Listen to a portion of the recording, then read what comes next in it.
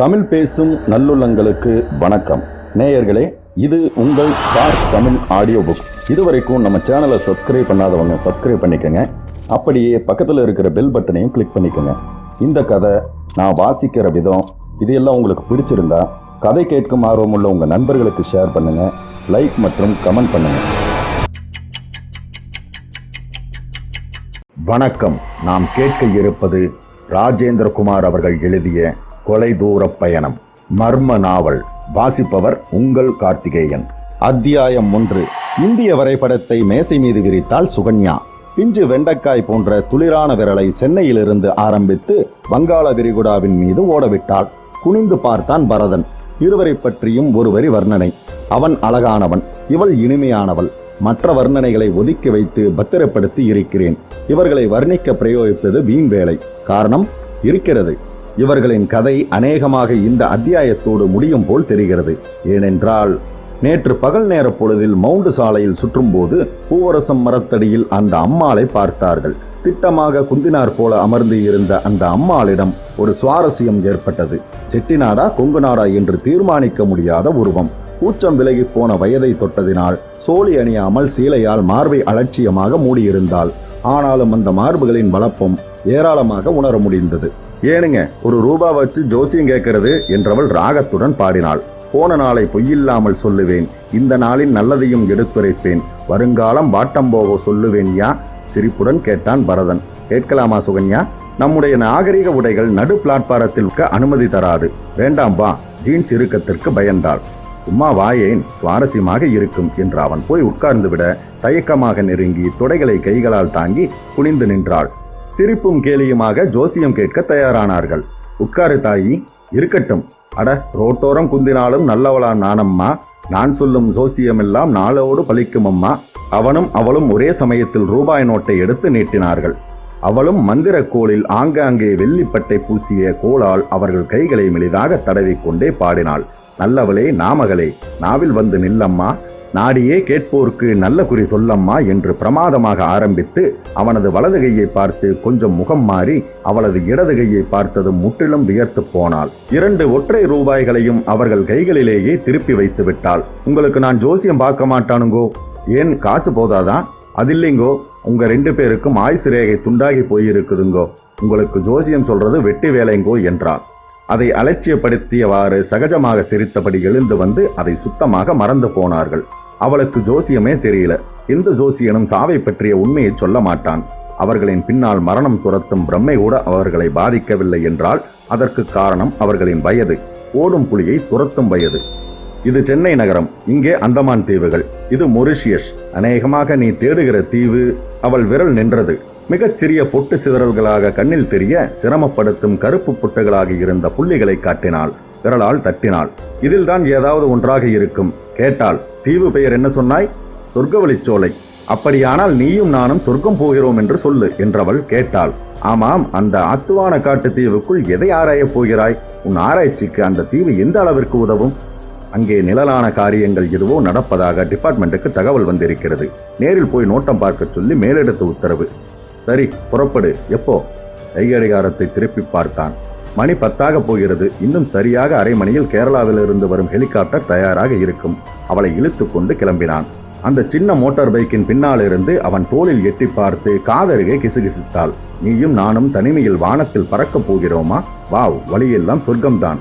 நமக்கு கல்யாணமாகாமல் போனதற்காக முதல் தடவையா வருத்தம் வருகிறது. ஏன்? ஆகியிருந்தால் நம் குழந்தையை நடுவானத்திலேயே உருவாக்கி இருக்கலாமே. சேய். அவன் முதுகை தட்டினால் சுவாரஸ்யமான கோபத்துடன். அந்த விமான நிலைய அதிகாரியின் கண்களில் சந்தேகம் இருந்தது. கேட்டார். காரணம்? சும்மா வேவு பார்த்து விட்டு திரும்புதல். மேலெடுத்து உத்தரவு. அவன் நீட்டிய பழுப்பு காகிதத்தை வாங்காமல் அவன் கையிலேயே படித்தார். தனியாகவா? உதவியாளருடன். எவ்வளவு நேரம் பறப்பீர்கள்? வட்டம் போட்டு நோட்டம் மட்டும் பார்த்து திரும்புவதானால் 1 மணி போதும். இறங்க நேர்ந்தால் சொல்வதற்கில்லை, சாயங்காலம் கூட ஆகலாம். 4 மணிக்குள் வந்தாக வேண்டும். அநேகமாக முதல்வர் சுற்றுப்பயணம் போகக்கூடும். சரி. நெற்றிக்கு நேராக சல்யூட் அடித்து விட்டு கிளம்பினான். பெட்ரோல் தேவைப்பட்டால் அந்தமானிலோ போர்ட் பிளேயரிலோ இறங்கலாம். தகவல் அனுப்புகிறோம்.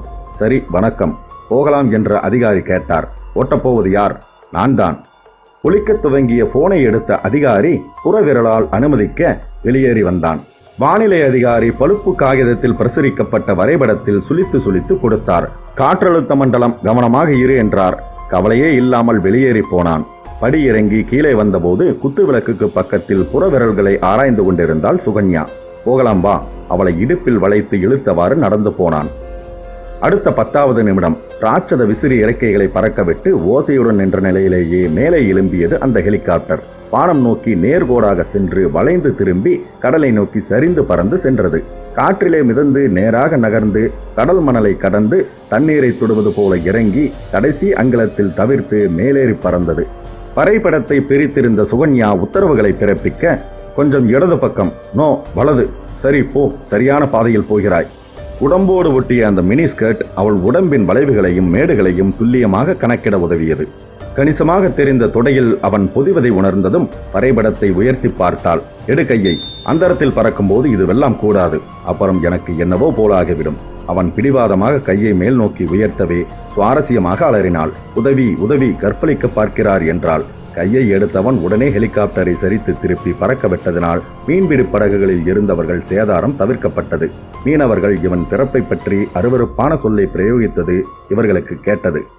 கடலின் அலை வரும் பிரதேசம் நழுவி அமைதியான பகுதிக்கு வந்திருந்தார்கள். பயணம் தொடர்ந்தது. இளமையும் துள்ளலுமாக பயணத்தின் சுவை ஏறியது. அதுவா, அவள் சுட்டிக்காட்டிய திசையில் சின்ன சின்ன தீவுகள் சிதறவிட்ட நெல்லிக்காய்களைப் போல தெரிந்தன. அவற்றின் நடுவே வித்தியாசமானதாகப்பட்டது ஒரு தீவு. முழுவதும் மதில் சுவரால் சுற்றப்பட்டிருந்த தீவு. மதிலில் ஆளுயர எழுத்துக்கள், தடை செய்யப்பட்ட பகுதி, அந்நியர் உள்ளே வர அனுமதியில்லை என்றன. பகுதிக்கும் அந்நியருக்கும் இடைப்பட்ட பிரதேசத்தில் பெரிய இரும்பு வார்ப்பட கதவு இருந்தது.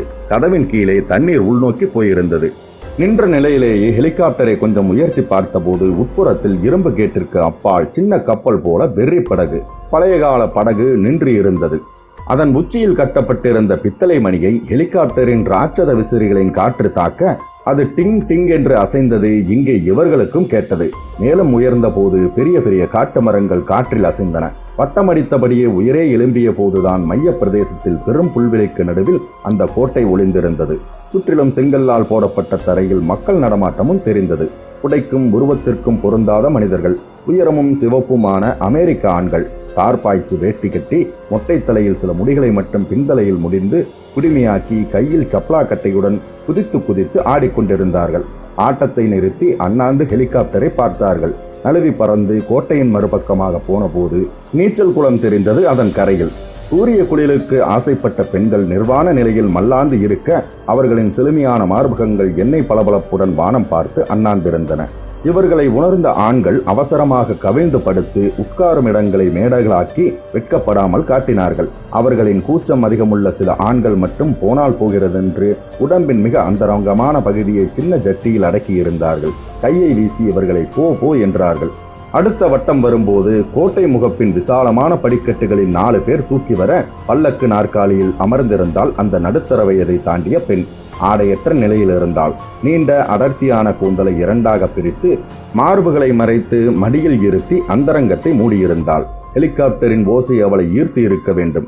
அண்ணாந்து பார்த்தாள். கணிசமான உயரத்திற்கு போய்விட்ட ஹெலிகாப்டரில் இருந்த சுகன்யா தொலைநோக்கு கருவியின் மைய உருளையை திருக அந்த பெண்மணியின் முகம் மிக நெருங்கி தெரிந்தது.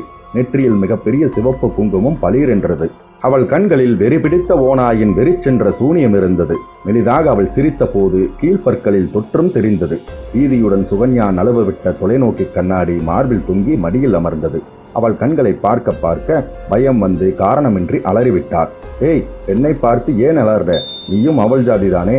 அப்பா, சிலிர்த்து கொண்டான். என்னமாய் ஒரு பயங்கரம்! மறுபடியும் பார். பார்த்தது போதும், திருப்பு, ஊர் போய் சேரலாம் என்ற அவள் குரலில் இருந்த பீதி அவனுக்கு வியப்பை தந்தது. முட்டாள் பெண்ணே, ஏன் பயப்படுற? சாதாரண ஜனங்கள் தானே இருக்காங்க. தடை செய்யப்பட்ட பகுதி இன்னும் மிலிட்டரி ஏரியாவாக்கும்னு நினைச்சேன்.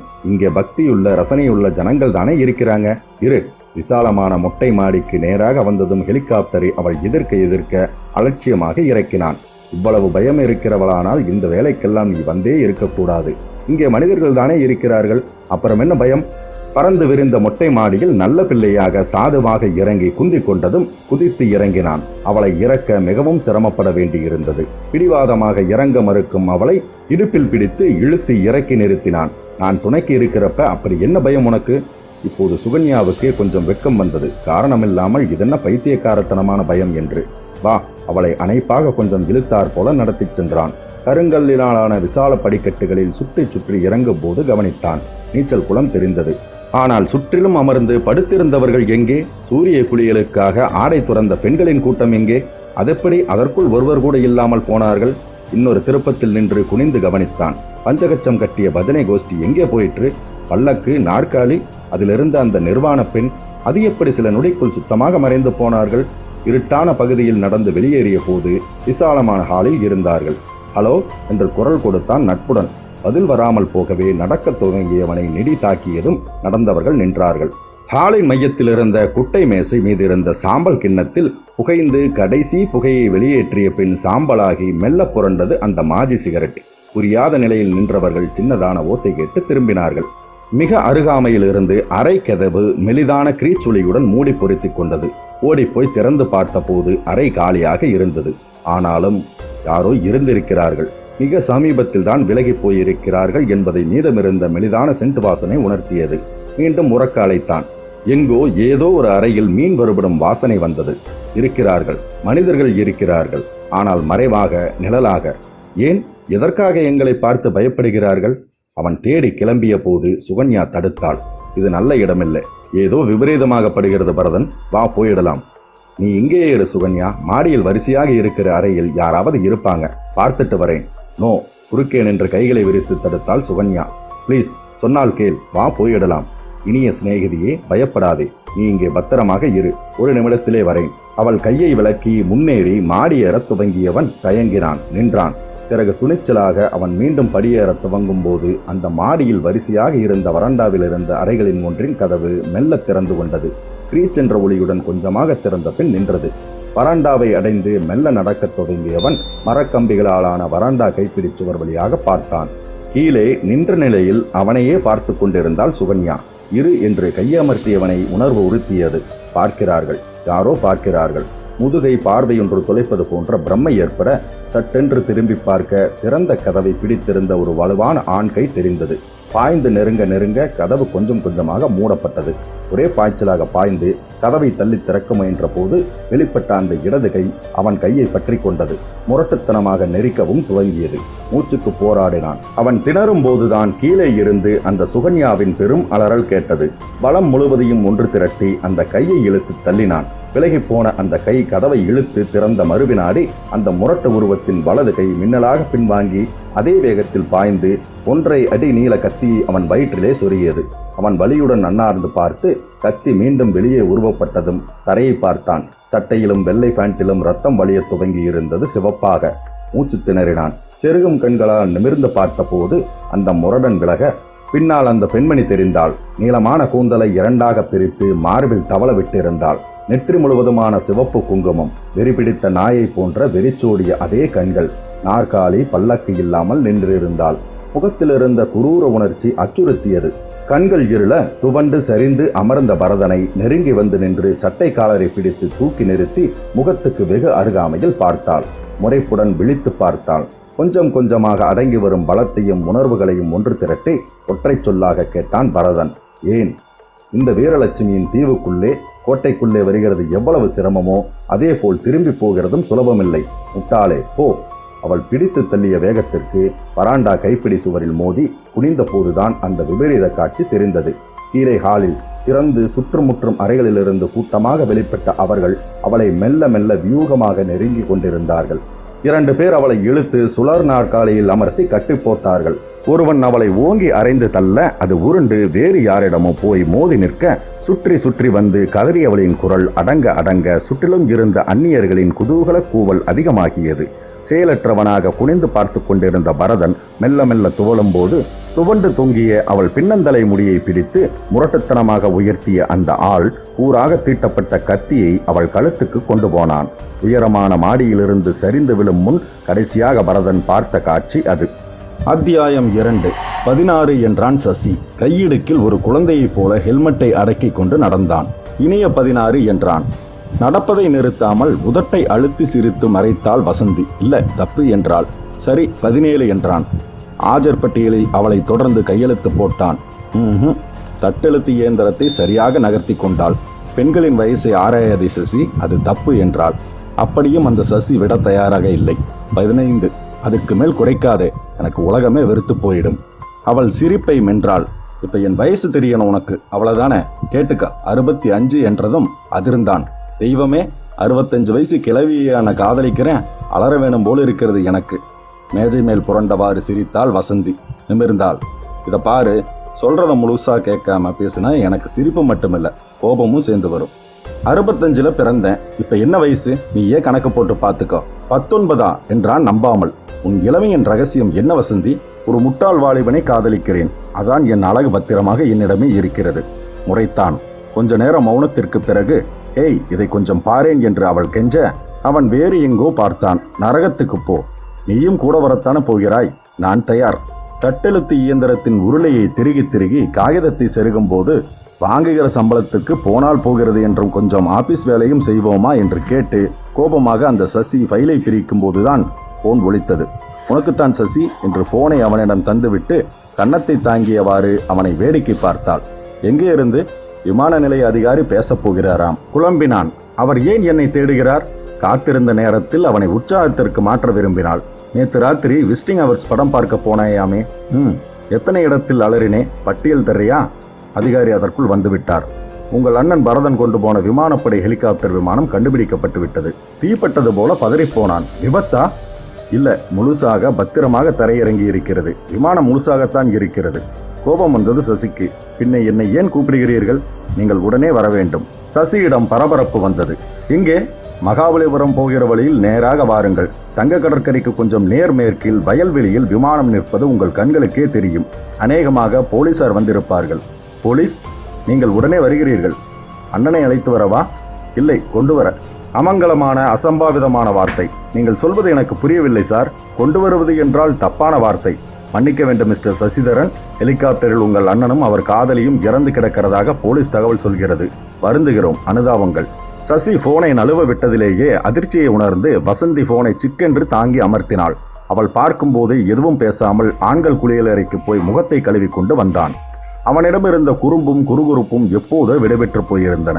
துவண்டிருந்தான். ஏய், என்ன ஆச்சு என்ற வசந்தியை ஒதுக்கிவிட்டு மேசையை சுற்றி போய் அமர்ந்து கொண்டான். அவசரமாக சீட் எழுதி, பலராமா, இதை மேனேஜர்கிட்ட கொடு என்று நீட்டியதை பலராமனுக்கு முன்னதாக வசந்தி பிடுங்கிக் கொண்டாள். படித்தவள் கேட்டாள், இந்த நேரத்தில் என்ன பர்மிஷன்? அவன் மேஜை மீது தொற்றினார் போல அமர்ந்து அவன் கன்னத்தை தாங்கினாள். முகத்தை உயர்த்தினாள். சே, ஆண் பிள்ளை அழக்கூடாது, தப்பு, அசிங்கம். அவனது பிடிவாத மௌனம் கோபத்தை தரவே கத்தலாக கேட்டாள். அட, என்னதான் ஆச்சு சொல்லேன். அதுதான் எனக்கும் புரியல. அங்க நேர்ல போனாதான் தெரியும். வா வசந்தி, நீயும் வா. கிளம்பும் போது அந்த கம்பெனியின் மேனேஜர் வெளியே வந்தார். அவர் பார்வையில் நிறைய ஆட்சேபனையும் அபரிமிதமான பொறாமையும் தெரிந்தன. அலட்சியப்படுத்தி கிளம்பினார்கள். அலுவலக நேரத்தில் நீங்கள் காதல் உல்லாச யாத்திரை கிளம்புவதை நான் ஏன் ஆட்சேபிக்க கூடாது, ஏன் நடவடிக்கை எடுக்கக்கூடாது என்று பயமுறுத்தலாக கேட்டார். செய்யலாமே என்று வசந்தி சட்டென்று சொன்னதும் அவரே பயந்து போனார். அவர்கள் இல்லாத நிலையில் இவர் மட்டும் அந்த ஆபீஸை நடத்துவது பற்றி நினைத்து பார்க்கவும் அவர் தயாரில்லை. விஷயத்தை சொல்லிவிட்டு போனால் என்ன குறைஞ்சா போயிடும். பாருங்க சார், எங்கே போகிறோம், எதுக்காக போகிறோம், இதெல்லாம் இந்த நிமிடம் வரை எங்களுக்கே நிச்சயமா தெரியாது. நாளைக்கு வந்து சொல்கிறோம். நம்ப முடிஞ்சா மறந்துடுங்க, இல்ல நாங்களே ராஜினாமா கொடுத்துட்டு போயிடுறோம். அவர் பெரிதாக வாயை திறக்கவே சுட்டு விரலை காட்டி அடக்கினான் சசி. சார், உங்களை கையெடுத்து கும்பிடுறேன், அவசகனமா சத்தம் போட்டு வைக்காதீங்க. ஏற்கனவே நாங்க குழம்பி போய் கிடக்கிறோம். வந்து சொல்றேன், இப்ப ஆளை விடுங்க. வா வசந்தி. அத்தியாயம் 3. அந்த இடத்திற்கு இவர்கள் போன போது போலீஸ் விசாரணையில் இறங்கியிருந்தது. மீனவர்கள் சிலரை கேட்டுக்கொண்டு இருந்தார்கள். அவர்களில் இளம் வயது வாலிபன் பயத்துடன் சொல்லிக் கொண்டிருந்தான். நாங்க கடல்ல மீன் பிடிச்சிட்டு இருக்கிறச்ச அந்த கடைசியில இருந்து 2 விசிறி விமானங்க பறந்து வந்ததுங்க. அதுல இது ஒண்ணுங்க. இதுதானா? ஆமாங்க, இந்த இடத்துல 2 இறங்கினதை பார்த்துமே. சொல்லு என்றார் இன்ஸ்பெக்டர். இதுல 3 பேரும் இன்னொன்னுல தனி ஆளுமா வந்தாங்க. திரும்பி போறச்ச அந்த இன்னொரு விமானம் மட்டும் 2 பேரோட போய் தூரத்துல மறைஞ்சதுங்க. யாரோ யாரையோ கொண்டு வந்து இறக்கி விட்டுட்டு போறாங்கன்னு தான் நினைச்சோம். ரொம்ப நேரமாயும் யாரும் இறங்கலன்னு தான் சந்தேகம் வந்தது.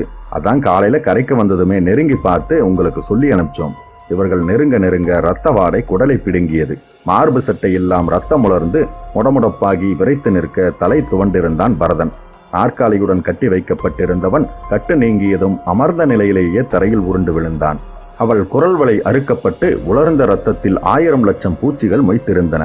எளிதாக கண் திறந்து இருந்தாள். நெடுஞ்சாலையிலே நிறுத்தப்பட்ட ஆம்புலன்ஸ் ஆட்கள் வந்து மயங்கிய நிலையிலேயே பிணங்களை அள்ளிக்கொண்டு போனார்கள். அடையாளம் தெரிஞ்சுதா? சசி தலையை அசைத்தான். ஆண் உடல் என் அண்ணன், பெண் அவன் காதலி சுகன்யா. வருகிற தை மாதம் கல்யாணம் செய்ய போறதா பேச்சு இருந்தது. அமைதி அமைதி என்று அவனை அணைப்பாக நடத்தி செல்ல முயன்ற வசந்தியின் கண்ணில் பட்டது அது. நின்றாள். மடித்து செருக வைக்கப்பட்டிருந்த வரைபடம். அவள் பிரித்து பார்த்த வரைபடத்தை இன்ஸ்பெக்டர் வாங்கி பார்த்தார். சிவப்பு ஸ்கெட்ச் பேனாவால் சுளிக்கப்பட்ட கருப்பு புள்ளிகளை கவனித்தார். இதெல்லாம் என்ன இன்ஸ்பெக்டர்? சின்ன சின்ன தீவுகள், தனியாருக்கு சொந்தமான தீவுகள். ஆனாலும் நமது இந்திய அரசின் கட்டுப்பாட்டில் இருப்பவர்கள். சொத்து வரியிலிருந்து சகலமான வரிகளும் கட்டுவாங்க. ஆனாலும் சுதந்திரமா இயங்கக்கூடிய இடங்கள் அந்தமான் தீவுகளுக்கு அப்பால். இன்ஸ்பெக்டர், அதை என்னிடம் தர முடியுமா? மன்னிக்கவும், ஒற்றை சொல்லுடன் மடித்து வைத்துக் கொண்டு கிளம்பிவிட்டார். 2 பேரும் ரகசிய போலீஸ் இலாக்காவைச் சேர்ந்தவர்கள் என்று சசி சொன்னதும் நின்று திரும்பினாள். அப்படியானால் இவரிடம் பேசாதே, டிபார்ட்மெண்ட்டுக்கே போய் விவரம் கேட்போம். அவங்க எங்க அனுப்பப்பட்டார்கள் என்பது அவங்களுக்கு தெரிஞ்சிருக்கு இல்லையா? தெரிஞ்சுக்கிட்டு என்ன செய்ய போறேன்? மோட்டார் பைக்கை நெருங்கியதும் கேட்டான். நாமும் அங்கே போகிறோம். முடிஞ்சா கொலையாளியை கண்டுபிடிச்சு பழி வாங்குறோம். இல்லாவிட்டால் முடிஞ்ச மட்டும் துவம்சம் பண்ணிட்டு வருவோம். ஒரே உதையில் வாகனத்தை உரும விட்டான். மெலிதாக நகர்ந்ததும் பில்லியனில் தொட்டினார் போல அமர்ந்து கொண்டாள் வசந்தி. உடனே போகணும். அண்ணனை கொன்ற அந்த ஆளுங்களை ஒவ்வொருத்தனா தேடி தேடி கொல்லணும். அப்பதான் பழி உணர்ச்சி அடங்கும். வண்டியை இயக்கும் போது துடிக்கும் சுசியை அணைப்பாக பிடித்து அமைதிப்படுத்தினான். அண்ணன் மாதிரியே நீயும் அவசரப்படாத, பொறுமையாயிரு. முதல்ல தீர விசாரிக்கணும், அப்புறமா தான் வேலையில் இறங்கணும். அதுதான் உத்தமம். என்ன செய்யணுங்கிற? இன்ஸ்பெக்டர் கொண்டு போயிட்டாரே வரைபடம், அது மாதிரியே எனக்கும் ஒன்று வேணும். வீட்டுக்கு போனதும் எடுத்துக்கொடு. மோட்டார் பைக்கை அவன் ஈடு கொடுத்து இழுத்து நிறுத்தும் போது வசந்தியின் கண்ணில் தென்பட்டார் அவர். எதிர் வீட்டு பெரியவர். நீ உள்ள போய் முகமலம்பி துணி மாத்திக்க சசி. அதுவரை நான் அந்த பெரியவர்கிட்ட பேசுறேன். அந்த செவிட்டு பெரியவர்கிட்ட என்ன பேச போறேன்? காதல் வசனம். அந்த சூழ்நிலையிலும் சிரித்து விட்டான். உள்ளே போய் உற்சாகமாக திரும்பி வா, அதுக்குள்ள நான் செய்தி சேகரிக்கிறேன். நெருங்கினாள். வணக்கம் தாத்தா. வாடா செண்பகராமா, சௌக்கியமா? இடுப்பில் கைகளை அமர்த்தி போலி சலிப்புடன் பார்த்தாள். ஐயோ தாத்தா, நான் செண்பகராமன் இல்லை. புரியுது, நெய்க்காரனா? யாரடி அங்கே? நெய் வேணுமா என்ன? ஐயோ தாத்தா, என்ன தெரியல. நான் தான் வசந்தி, உங்க எதிர் வீட்டு சசியோட காதலி. காதலினா என்ன ஜாதி? இழிப்புடன் சொன்னார். எனக்கு தெரிஞ்சு பொண்டாட்டி வைப்பாட்டி 2 ஜாதி தான் உண்டு. இது என்ன 3வது? அப்புறமா சொல்றேன், இப்ப சொல்லுங்க. நீங்க பூர்வீகம் மொரிஷியஸ் தீவு தானே? எனக்கு 4 தலைமுறைக்கு முந்தையே அங்க போயிட்டோம். இதுல பாரு புள்ள, எங்க காலத்தோட தமிழ் பேச்செல்லாம் சரி. இப்ப இருக்கிற பிள்ளைங்க ஏன் என் பிள்ளைங்களுக்கே தமிழ் வராது. இத்தனைக்கும் இங்க கூட வைக்காத பேருங்களை வச்சேன். முத்துக்கருப்பன், இசைக்கியாத்தா, தமிழ்வாணி, இப்படி. பக்கத்துல தீவுங்க இருக்குதுல்ல, சின்ன சின்ன தீவுங்க. என்ன? மீண்டும் கத்தலாக கேட்டாள். இருக்குதே, இதுல வித்தியாசமானதா ஏதாவது தீவு இருக்கா? அப்படி நாபியில இருந்து கத்தாத புள்ள குடலு சுருட்டிக்கும். இங்க யாருக்கு காது செவிடு இந்த கூச்சல் போடுற? அயர்ந்தாள். மெதுவாக கேட்டா உன் உதடு அசைறத வச்சே நீ என்னத்தை கேட்கறங்கிறத தெரிஞ்சுப்பேன். அப்பாடி, நெஞ்சில் கை வைத்து நிம்மதி மூச்சு விட்டாள். தப்பிச்சேன். வித்தியாசமான தீவா? அப்படி எதுவும் இல்லையே. மோனிகா தீவுன்னு வெள்ளைக்காரன் ஒரு சின்ன தீவை வாங்கி கோட்டை கட்டினான். அதை பற்றி உங்களுக்கு தெரியுமா? தெரியுமாவது? தொந்தி குலுங்க சிரித்தார். அட, மேஸ்திரியாயிருந்து அந்த கோட்டையை கட்டி கொடுத்தது நான் தானே புள்ள. அப்படியா? நம்ம ஆந்திரா கடப்பால இருந்துதான் கருப்பு கல்லு கப்பல் கப்பலா வரும். அப்போ இங்கிலீஷ்கார ராஜ்யம் இல்ல, யாரும் எதையும் எங்கேயும் கொண்டு போகலாம். ஏன் எதுக்குன்னு எவனும் கேட்க மாட்டானுங்க.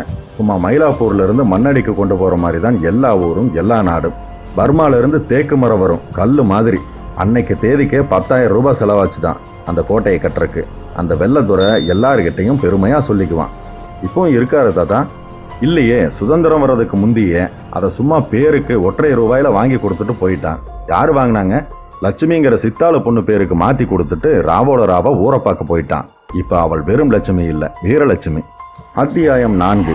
தீவில் பிரார்த்தனை கூட்டத்தில் இடுப்பளவு மேடைக்கு எதிரே மேல்நாட்டு ஆண்களும் பெண்களுமாக யோகாசனத்தில் அமர்ந்திருக்க, மேடையில் தலைமயிரால் மார்புகளையும் அந்தரங்கத்தையும் மூடியவாறு கண்களை மூடியிருந்தவள் சட்டென்று கண் திறந்து எல்லோரையும் பார்க்க எல்லோருக்கும் சிலிர்த்தது. அடிமை. உச்சமான அவள் குரல் அந்த பிரார்த்தனை மண்டபத்தின் எல்லா மூலைகளிலும் எதிரொலித்தது. பீதியுடன் பார்த்தார்கள். நான் அடிமை, நல்லவர்க்கு, என்னை பெற்று படைத்த அந்த இயற்கைக்கு அடிமை. சுட்டு விரலை நீட்டி எல்லோரையும் சுட்டி காட்டினாள்.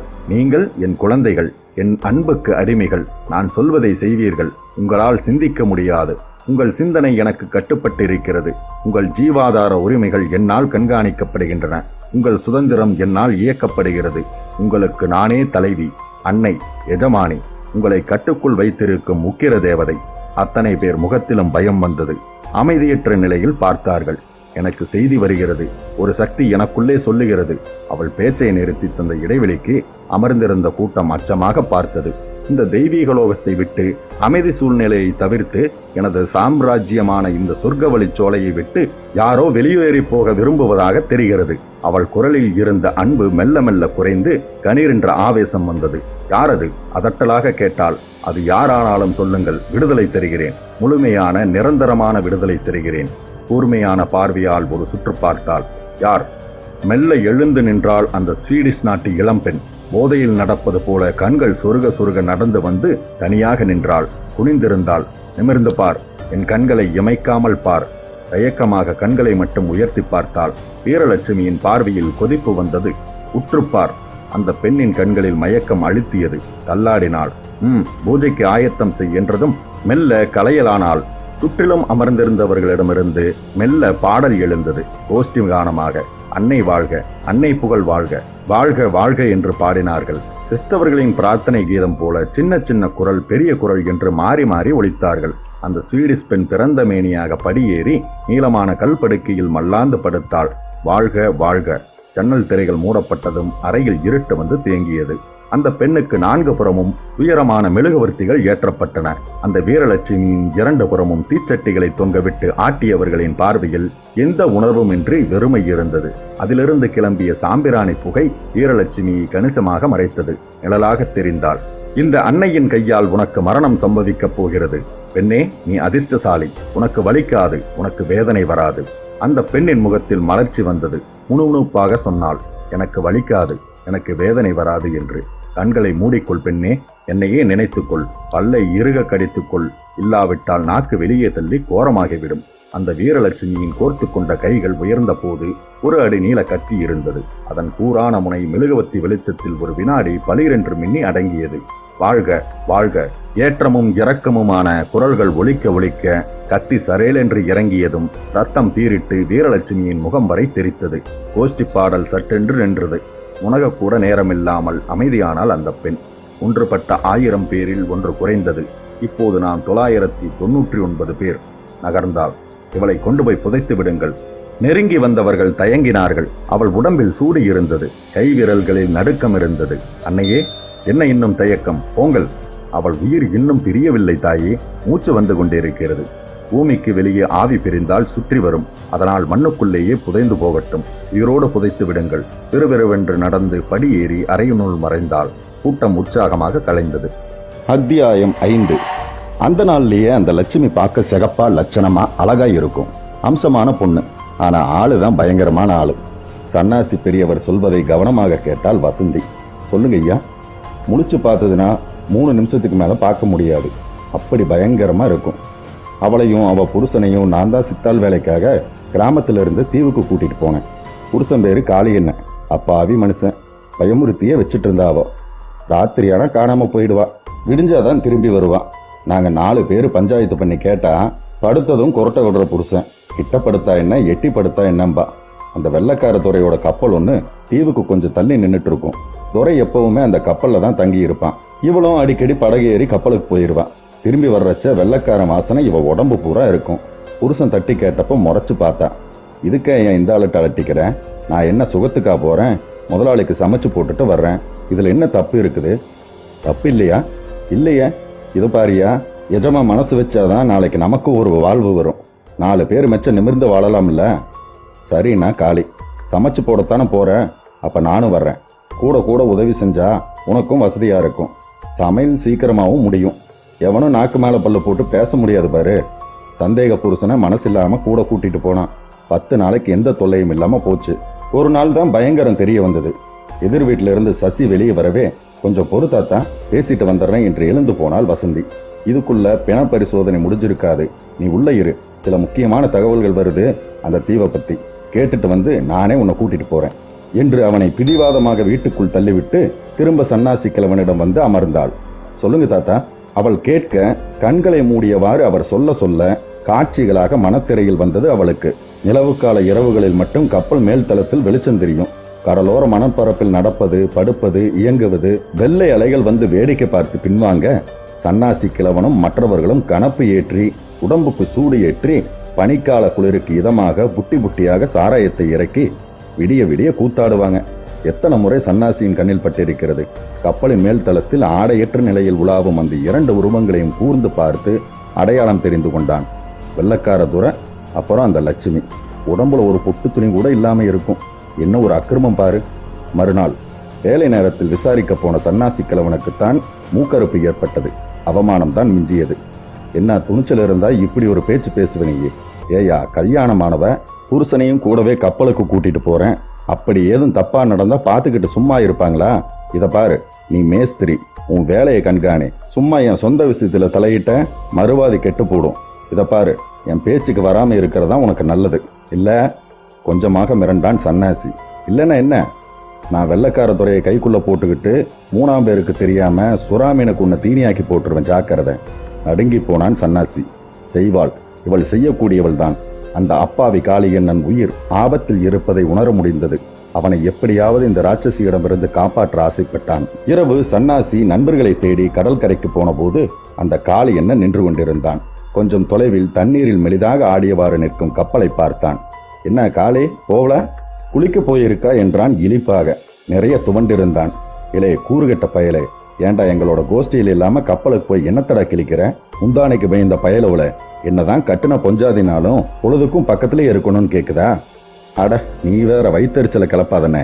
ஏண்டா, அங்க போனா சோறு கூட துண்ண முடியாம தூங்கி போறேன். கண்ணு முழிச்சு பார்க்கையில விடிஞ்சிருது. அதென்னடா அது? அப்ப அவ உன் பொஞ்சாதி? அது சமையலை முடிச்சு போட்டு ஐயா உங்களுக்கு எடுத்து போட்டுட்டு உள்ளர அறையில என் கூடவே படுத்துக்கும் போல. அதுவும் காலையில அது சொல்லித்தான் தெரியும். என்னடா காலையில அது அப்படி ஒரு தூக்கம் மூதேவி? உழைச்சு உடம்பு வலி கண்டு போயிருது. பாவம், இந்த அண்ணே என் பொஞ்சாதி ஒரு மாத்திரை கொடுக்குமுங்க, வலி உடனே நிற்கும். ஆனா ஒண்ணு, சரியா 10வது நிமிஷம் தூங்கி போயிருவேன். சன்னாசிக்கு புரிந்து விட்டது. தூக்க மாத்திரை. அடி பாவி, மாத்திரை கொடுத்து இவனை தூங்க வைத்து விட்டு இந்த வெள்ளைக்கார துறையோட சண்டாளி. நாளைக்கே இவனுக்கு விவரம் தெரிஞ்சு போச்சுன்னா இவனை கொல்ல கூட துணிய மாட்டான்னு என்ன நிச்சயம்? இல்லை காளி, அங்க போனா சுத்தமா தூங்கு மூஞ்சியா போயிடுவேன். பேசாம எங்களோட இரு, அவளை மட்டும் அனுப்பிச்சிரு, தப்பு நடக்காதுல்ல. அன்றிலிருந்து காளியை தன்னோடு இருத்தி கொண்டு குளிருக்கு இதமாக சாராயம் கொடுத்தான். கணப்புக்கு பக்கத்தில் பாட விட்டான். ஆடச் சொன்னான். காளியும் அவளை மறந்திருந்தான். அவளும் அவனை பற்றி அதிகமாக அலட்டாமல் இருந்தாள். சுதந்திரமாக இருந்தாள். பயமில்லாமல் பிரிந்தாள். ஒரு நாள் படகு ஏறும் முன் லட்சுமி இவனை தேடி வந்தாள். என்ன லட்சுமி, புருஷனை கூட்டிட்டு போக வந்தியா? வேணாம், அது உன் கூடயே இருக்கட்டும் என்று அலட்சியப்படுத்தி விட்டாள். ஏன் லட்சுமி, தனியா அந்த அந்நிய ஆளுங்க நடுவுல இருக்க உனக்கு பயமா இல்ல? சிரித்து விட்டாள். நான் வெறும் லட்சுமி இல்லையா, வீரலட்சுமி. எவனை எங்க தட்டம்னு எனக்கு நல்லாவே தெரியும். அலட்சியமாக படகில் ஏறி அவள் போன பிறகு இவர்களின் உற்சாக கூவல் ஆரம்பித்தது. நடு இரவை கடந்த போது உரிமை மேளம் ஒன்றை எடுத்து உரிமை அந்த காளி வாசிக்க ஆரம்பித்தான். உற்சாகமாக பாடினார்கள். கும்பல் கும்பலாக குதித்தார்கள். நெருப்பை சுற்றி சுற்றி வந்தார்கள். பாதி ஆட்டத்தின் போது சன்னாசியின் கண்ணில் பட்டது அது. நிலவு வெளிச்சத்தில் மிக துல்லியமாக தெரிந்தது. கப்பலின் மேல் தளத்தில் ஆடையற்ற நிலையில் உருவங்கள். சன்னாசி சட்டென்று நினைவை பெயர்த்தான். அச்சமாக திரும்பி காளியை கவனித்தான். பார்த்திருப்பானோ? இல்ல. அவன் குனிந்த நிலையிலேயே மேளத்தை உரும விட்டு கொண்டு இருந்தான். சுவாரஸ்யமாக கொஞ்ச நேர ஆட்டத்துக்கு பிறகு கவனித்தான் சன்னாசி. மேளம் நின்று போயிருந்தது. திரும்பி பார்த்தபோது அவன் கடலில் குதித்து நீச்சல் அடிப்பதை கண்டதும் திடுக்கிட்டு போனான். காளி, தண்ணில இறங்காதடா, சுறாமீனை பிடிச்சுக்கும். அண்ணே, அங்க பாருங்க அக்கிரமத்தை சுட்டி காட்டி அழுதான். நான் அவளை விடமாட்டேன், நான் அவளை கொல்லாம விடமாட்டேன் என்றான். கப்பலை பார்த்த சன்னாசிக்கு முதலில் புரியவில்லை. பெரிதாக ஒரு தகரடெண்ணை வைத்து அதிலிருந்து சிவப்பு ரத்தம் சொட்ட சொட்ட வெட்டப்பட்ட புதிய மீன்களை எடுத்து எடுத்து கடலில் வீசிக்கொண்டிருந்தான் ஒரு அடிமை. மேல்தளத்திலிருந்து கூச்சமில்லாமல் குனிந்து ஆர்வமாக பார்த்து கொண்டிருந்தார்கள் அந்த லட்சுமியும் வெள்ளைக்கார துரையும். முதலில் புரியத்தான் இல்லை. புரிந்ததும் பயங்கரத்தை உணர்ந்ததும் வியர்த்து போனேன். அந்த இரத்த வாடைக்கு சுறாமீன்கள் மேலே வரும். வந்தால் நீந்தி வரும் காளியின் கதை. அடே காளி, முட்டாளே, திரும்பி வாடா என்று இவன் கத்தும்போது அவன் திரும்பி பார்த்து நீந்துவதை நிறுத்தி எதையோ சொல்ல முயலும் போதுதான் கடலில் அந்த பெரும் கொந்தளிப்பு ஏற்பட்டது. திடீரென்று நீரை கிழித்துக் கொண்டு வெளியே வந்த அந்த ராட்சச சுறாமீன் தூக்கியதும் இடுப்பு வரை துண்டாகி போனான் காளி. கரையில் நின்று இவர்கள் துடிக்க கதற மேல்தளத்திலிருந்து மிக சாதாரணமாக எட்டி பார்த்த அந்த வீரலட்சுமியின் முகத்தில் ஒரு குரூர புன்னகை வந்தது. கண்களை திறந்து வசந்தி பார்த்தபோது சசி அவளை குலுக்கிக் கொண்டிருந்தான். இது நல்லா இருக்கு, கதை கேட்கிறேன்னு நினைச்சா தூங்குறியா? இரு, உட்கார். அவனையும் இழுத்து படிக்கட்டில் பக்கத்தில் அமர்த்தி கொண்டாள். அப்புறம் சொல்லுங்க தாத்தா. அப்புறம் என்ன, அவளை பார்த்தாலே ஒரு சூனியக்காரியை பார்க்குற மாதிரி பயந்தோம். சட்டு புட்டுன்னு வேலையை முடிச்சுட்டு திரும்பிட்டோம். அப்பதான் இந்தியாவில் சுதந்திரம் கிடைக்க போற நேரம். வெள்ளையனை வெளியேறு கழகத்தை பார்த்து அந்த வெள்ளைக்கார துரை பயந்தே போய் ஊரை பார்க்க கிளம்பிட்டான். போகிறச்சுதான் பேருக்கு ₹1 வாங்கிட்டு டீவை அந்த லட்சுமி பேருக்கு மாத்தி கொடுத்துட்டு போயிட்டான். கூட வேலை செய்தவ எஜமானி ஆயிட்டான். ஒரு குலகாரிக்கு கீழே இருக்க விரும்பாம நாங்களும் ஊரை பார்க்க கிளம்பி வந்துட்டோம். அப்பதான் என்னமோ சாமியாராக போறேன்னு ஆசிரமம் நடத்த போறேன்னு சொல்லிட்டு இருந்தா. தீவை சுத்திலும் மதில் சுவர் கட்டி கொடுங்கன்னா நாங்க மறுத்துட்டு வந்துட்டோம். அப்புறம் வேற யாரையோ வச்சு கட்டுனதா சொன்னாங்க. நாங்க யாரும் போய் பார்க்கல. அதுக்கப்புறமா அந்த தீவை பத்தியோ அந்த பொண்ணை பத்தியோ ரொம்ப நாள் வரைக்கும் பேச்சே வரல. நாங்களும் கேட்டுக்கல. அவள் தம்பி ஒருத்தன் பேரு தாசு, பாதிரியார் ஒருத்தர்கிட்ட வேலை செஞ்சு 4 எழுத்து இங்கிலீஷ் படிச்சு அவர் கூடவே லண்டனுக்கும் பர்மாவுக்கும் போயிட்டு வந்தான். மலேசியா சிங்கப்பூர் போனதாகவும் சொன்னாங்க. படிச்சாலும் 1ஆம் நம்பர் காலிப்பைய எப்படியோ அக்கா கிட்ட போய் சேர்ந்துட்டான். ஒரு தடவை இங்க வர்றச்ச உடம்பெல்லாம் வாசனையா வந்தான். அப்ப அவன் சொல்லித்தான் தெரியும், அவ பெரிய சாமியார் ஆயிட்டாளாமா. சொர்க்கவழிச்சோலைன்னு ஆசிரமம் கட்டி அதுக்கு தலைவியாவும் ஆயிட்டாளாம். அதுக்கு எல்லாமே இவன் தான் காரணமா. தப்பான செய்தியெல்லாம் காதல விழுது. ஆமா, இதெல்லாம் நீ ஏன் கேட்கற புள்ள? சும்மாதான் தாத்தா. அப்படியே அங்க போற யோசனை இருந்தா மறந்துடு. அது நல்ல இடம் இல்லை. அங்க போனவங்க யாரும் திரும்புறதும் இல்லை. உங்களுக்கு எப்படி தெரியும் தாத்தா? அங்க போய் திரும்பி வந்து ஒரு பையன் சொன்ன விஷயம். அதை இப்ப நினைச்சா கூட உடம்பெல்லாம் பதறுது, கொலை நடுங்குது. ஏன் தாத்தா, அவர் மட்டும் எப்படி தப்பிச்சுட்டு வந்தாரு? வசந்தி கேட்டாள். போறதுக்கு முன்னாலேயே நான் சில சின்ன ரகசிய வழிகளை பத்தி சொன்னேன். நான் மேஸ்திரியா இருந்து கட்டின கோட்டை தானே. அப்பவே ரகசியமா சில வழிகளை நான் கண்டுபிடிச்சு வச்சேன். அது மட்டும் நான் சொல்லாம இருந்திருந்தா இந்நேரம் அவனை புதைச்ச இடத்துல புல்லு முளைச்சு 6 இடத்துக்கு வளர்ந்துருக்கும். அது என்ன கதை என்று சசி கேட்பதைக் கண்டு வசந்திக்கே வியப்பு வந்தது. சீக்கிரம் சொல்லுங்க, எங்களுக்கு நேரமாகுது. ராபர்ட்னு கிறிஸ்துவ பையன், பெரிய பணக்கார புள்ள. துபாயோ மஸ்கட்டோ எங்கேயோ இருக்கான். நேத்து லீவ்ல திரும்பி வந்திருக்கான். அவன் தான் அமைதிக்கு ஆசைப்பட்டு சொத்து பூராவே அந்த ஆசிரமத்துக்கு கொடுத்துட்டு போய் சேர்ந்துட்டான். ஆரம்பத்துல சொர்க்கமே அதானே நினைச்சிட்டு இருந்திருக்கான். இப்ப அவன் எங்க இருக்கான் தாத்தா? பக்கத்து தெருவில் 4ஆம் நம்பர் வீட்டில் இருக்கான். சரி தாத்தா, அங்கேயே போய் அவரை பார்த்து பேசிக்கிறோம் என்ற சசி வசந்தியை இழுத்து கொண்டு கிளம்பினான். அத்தியாயம் 6. இவர்கள் போன போது அந்த ராபர்ட் மனைவியை இறுக தழுவி முத்தமிட்டு கொண்டிருந்தான். இவனது 3வது கணைப்பு தான் அவர்களை முழுதாக பிரித்தது. புரியாமல் பார்த்து பின் அவசரமாக மனைவியின் ஸ்கர்ட்டை சரி செய்து மார்புகளை மறைத்தான். யாரு நீங்க? சொல்றேன், முதல்ல உட்காருங்க. நான் சொல்ல வேண்டிய வார்த்தை அது. யாரு சொன்னா என்னங்க? உட்கார்ந்து பேச வேண்டிய விஷயம், உட்காருங்க. அவன் மனைவி கண்களாலேயே அவனை என்னமோ கேட்டாள். எனக்கே இனிமேதான் தெரியும். என் பேரு சசி, இவ வசந்தி, வருங்காலத்தில் என்னோட மனைவி. என் பெயர் ராபர்ட். தெரியும், துபாயில வேலை, லீவ்ல வந்திருக்கிறீங்க. துபாய் இல்ல, மஸ்கட் என்றவன் கண்களில் மிரட்சி வந்தது. ரேடியோ, டிவி, வீடியோ டெக் அனைத்திலும் மேனாட்டு முத்திரை இருந்தது. காபி, டீ இல்ல குளிர்பானம் ஏதாவது சாப்பிட்றீங்களா என்றாள் அவன் மனைவி. டீயே போதும், பயப்படாதீங்க, நாங்க உங்க நண்பர்கள் தான். அவள் சிரிப்புடன் உள்ளே போனாள். மிஸ்டர் ராபர்ட், சொர்க்கவழிச்சோலையிலிருந்து தப்பி வந்தவராமே நீங்க? அவன் முகம் வெளுப்பதும் உடம்பின் மெலிதான நடுக்கமும் மிக துல்லியமாக தெரிந்தது. யார் நீங்க? இதெல்லாம் எதுக்காக கேட்குறீங்க என்றான் கத்தலாக. ஆரம்பத்திலிருந்தே சொன்னாதான் உங்களுக்கு புரியும். போலீஸ் ரகசிய பிரிவில் இருந்த என் அண்ணனும் அவனோட காதலியும் அந்த தீவுக்கு நேற்று போனாங்க என்று ஆரம்பித்தான். அவன் முடிக்கும் போது ஆவி பறக்க தேநீர் வந்தது. இப்ப நானும் இவளும் அங்க போய் நடக்கிறத ஆராய போறோம். வீண் வேலை. ஏன்? அங்க ரகசியங்கள் பாதுகாக்கப்படுது. கண்டுபிடிக்கிறது சுலபம் இல்லை. அப்படியே கண்டுபிடிச்சிட்டாலும் வெளியே வர்றது சுலபம் இல்லை. அப்படியே வந்து புகார் செஞ்சீங்கனாலும் அவங்கள அசைக்க முடியாது. ஏன்? அங்கே வருகிற சிறப்பு விருந்தாளிகள் நம் நாட்டில் பெரிய அரசியல் புள்ளிகள். அவர்களை எதிர்க்கும் துணிச்சல் அரசாங்கத்துக்கே கிடையாது. பின்ன என்னதான் செய்ய சொல்றீங்க? உன்னோட அண்ணனின் ஆத்ம சாந்திக்கு பிரார்த்தனை செய்து விட்டு மறந்துடு. எல்லாத்தையும் சுத்தமாக மற. உன் வேலையை பார்த்து கொண்டு போ. அங்கே நடந்ததை நீங்க சொல்லுங்க. மேலே செய்ய வேண்டியதை நான் தீர்மானம் பண்ணிக்கிறேன். பார்த்தான். ப்ளீஸ் சொல்லுங்க, எங்களுக்கு உதவுங்க. நாங்க வெற்றி பெற உங்களோட உதவி தேவை. சொல்றேன். போன புதுசுல எல்லாமே புதுமையா பிரமிப்பு தரக்கூடிய அளவுக்கு சொர்க்கமாகவே இருந்துச்சு. காலையில, மத்தியானம், சாயங்காலம் அம்மாவோட பிரார்த்தனை, யோகா பழக்கம், மனசுக்கு நிம்மதி, உடம்புக்கு உறுதி எல்லாம் இருந்தது. ஆனா போக போகதான் அவங்களோட அருவருப்பான ருசிகள் புரிய ஆரம்பிச்சுது. வெறுப்பும் வர ஆரம்பிச்சுது. அன்னைக்கு பிரார்த்தனை நேரத்துல அம்மா தமிழ்ல பேச, அதை அவங்க தம்பி ஆங்கிலத்துல சொல்ல, எதிரே இருந்த மேனாட்டு சிசிய கும்பல்கள் மந்திரத்துக்கு கட்டுப்பட்ட மாதிரி ஆயிரும். குழந்தைகளே, இப்படித்தான் பேச்ச ஆரம்பிப்பாங்க. குழந்தைகளே, இந்த உலகத்துக்கு அதிர்ஷ்டம் உங்கள் வாசல் தேடி வந்து நிற்கிறது. கதவை திறந்து விடுங்கள். அதிர்ஷ்ட காற்று சுலபமாக உள்ளே வரட்டும். மனதை திறந்து வையுங்கள். இதமாக இன்பக் காற்று உள்ளே வரட்டும். நீங்கள் சகோதர சகோதரிகள் அல்ல. உங்கள் உறவு புனிதமானது அல்ல, புதுமையானது. உங்களை, உங்கள் உணர்வுகளை யாராலும் கட்டுப்படுத்த முடியாது. இன்பத்தை தேடாதீர்கள், தேர்ந்தெடுங்கள். யாரும் யாரையும் படுக்கைக்கு அழையுங்கள். இந்த தீவு சட்டங்கள் யார் உணர்ச்சியையும் மதிக்கக்கூடியது. உங்கள் தலைவி, உங்கள் தெய்வம், உங்கள் எஜமானியான இந்த வீரலட்சுமி அனுமதிக்கிறாள். குழந்தைகளே, உங்கள் ஆசைகள் நிறைவேறட்டும். அது எந்த வகை, எந்த கோணமானாலும் சரி. இந்த அன்னைக்கு உடன்பாடு உண்டு. இந்த விஷயத்தில் உங்களுக்கு பூரண சுதந்திரம் தருகிறேன். அனுபவியுங்கள், ஆசை தீர அனுபவியுங்கள். இவனுக்கு இவள் என்ற குறுகிய எல்லை இல்லாமல் எல்லோருக்கும் எல்லாரும் சொந்தம் என நினையுங்கள். அவள் சொல்லும் விபரீத தத்துவங்கள் டேப்பில் பதிவாகி பெரும் ஓசைகளாக ஒளிப்பெருக்கிகளில் வழிந்து வெளியேற அங்கே காமன் திருவிழாவே நடந்தது. ராபர்ட் சொன்னான், அருவருப்பாக சிரித்தவாறு. எனக்கென்னவோ அதையெல்லாம் பார்க்கும்போது ஆடி மாத திருநாய்கள் தான் நினைவுக்கு வரும். அந்த அளவுக்கு அருவருப்பு.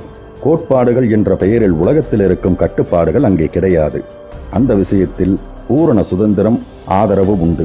அடுத்தவர் அறியாமல் மறைவிலே நடக்க வேண்டிய அந்த புனிதமான தாம்பத்திய உறவு அங்கே வெளிச்சம் போடப்பட்டு கூச்சநாச்சம் இல்லாமல் கும்பலுக்கு நடுவே நடத்தப்பட்டது.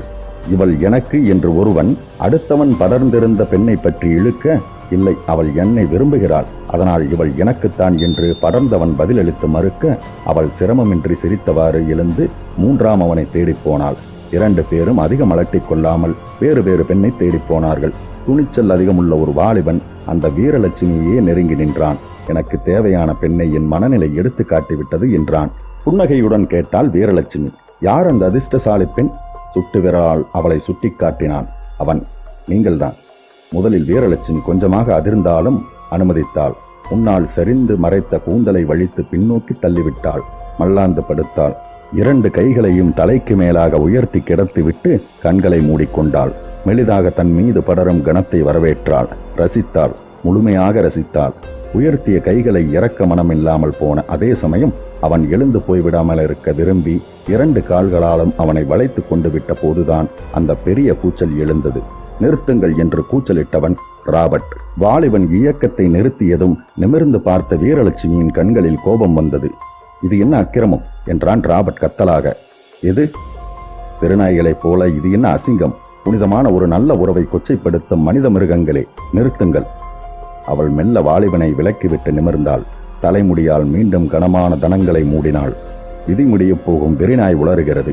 எல்லோரையும் பார்த்து கூவினாள், அலட்சியம் செய்யுங்கள், தெய்வீக நிலையை அடையும் வரை தொடருங்கள் என்று உத்தரவிட்டவள் தனித்து நின்று கூச்சலிடும் அந்த மனிதனை ராபர்ட்டை பார்த்து முறைத்தாள். மறுவினாடி அந்த அவ்வளவு பெரிய கூட்டமும் அவனை நோக்கி பாய்ந்தது. பின்மண்டையில் எதுவோ பலமாக தாக்கவே உரிகலங்கி போனான். கண்களில் இருட்டு வந்து தழுவ அப்படியே தரையில் செறிந்தான். மறுபடியும் நினைவுக்கு அவன் திரும்பிய போது இறங்கு முகமாக இருந்த சூரியனின் ஒளியினால் கண்கள் கூசின. தோட்டத்தில் மல்லாந்த நிலையில் படுத்திருந்தான். உடம்பில் ஒரு சின்ன துண்டு துணி கூட இல்லாத நிலையில் முற்றிலும் பிறந்த மேனியாக இருந்தான். சொத் சொத் ஓசை கேட்டு திரும்பி பார்த்தான். காட்சியின் தீவிரம் புரிய புரிய வெளவெளத்து போனான். சற்று தள்ளினார் போல பள்ளம் தோண்டிக் கொண்டிருந்தார்கள். ஒரு ஆள் குனிந்து நிமிர்ந்து பள்ளம் தோண்டிக் கொண்டிருப்பதை உணரவும் முடிந்தது. மண்ணோடு உயர்த்திய மண்வெட்டியில் மண்ணை வீசிவிட்டு அதே வேகத்தில் குனிந்து சொத் சொத்தென்று மண்ணை தோண்டுவதும் கேட்டது. புரிந்துவிட்டது. உயிரோடு புதைக்கப் போகிறார்கள் என்னை. மெல்ல புரண்ட போது எப்போது இலையுதிர்காலத்தில் உதிர்ந்து கோடையிலே உலர்ந்து போன இலை சருகுகள் இவன் முதுகுபட்டு பொடித்து நொறுங்க, அந்த சின்ன ஓசைக்கு மேலே உயர்ந்த மண்வெட்டி அந்தரத்தில் அப்படியே நின்றது.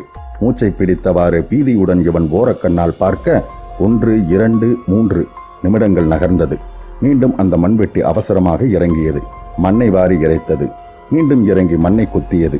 உள் மனதுக்குள் ஏதோ ஒன்று ஓடு ஓடு என்று ஆணையிட சட்டென்று எழுந்து கண்மண் தெரியாமல் ஓடினான். ஒரு பெரிய மரத்தின் பின்னால் இவன் ஒளிய முயன்ற போது கோட்டை பால்கனியில் இருந்து யாரோ விட்டெறிந்த எரிகுண்டு மரத்தில் பட்டு சிதறியதும் அந்த பச்சை மரமே திகுதிகுவென்று எரியத் துவங்கியது. பயந்து போனான்.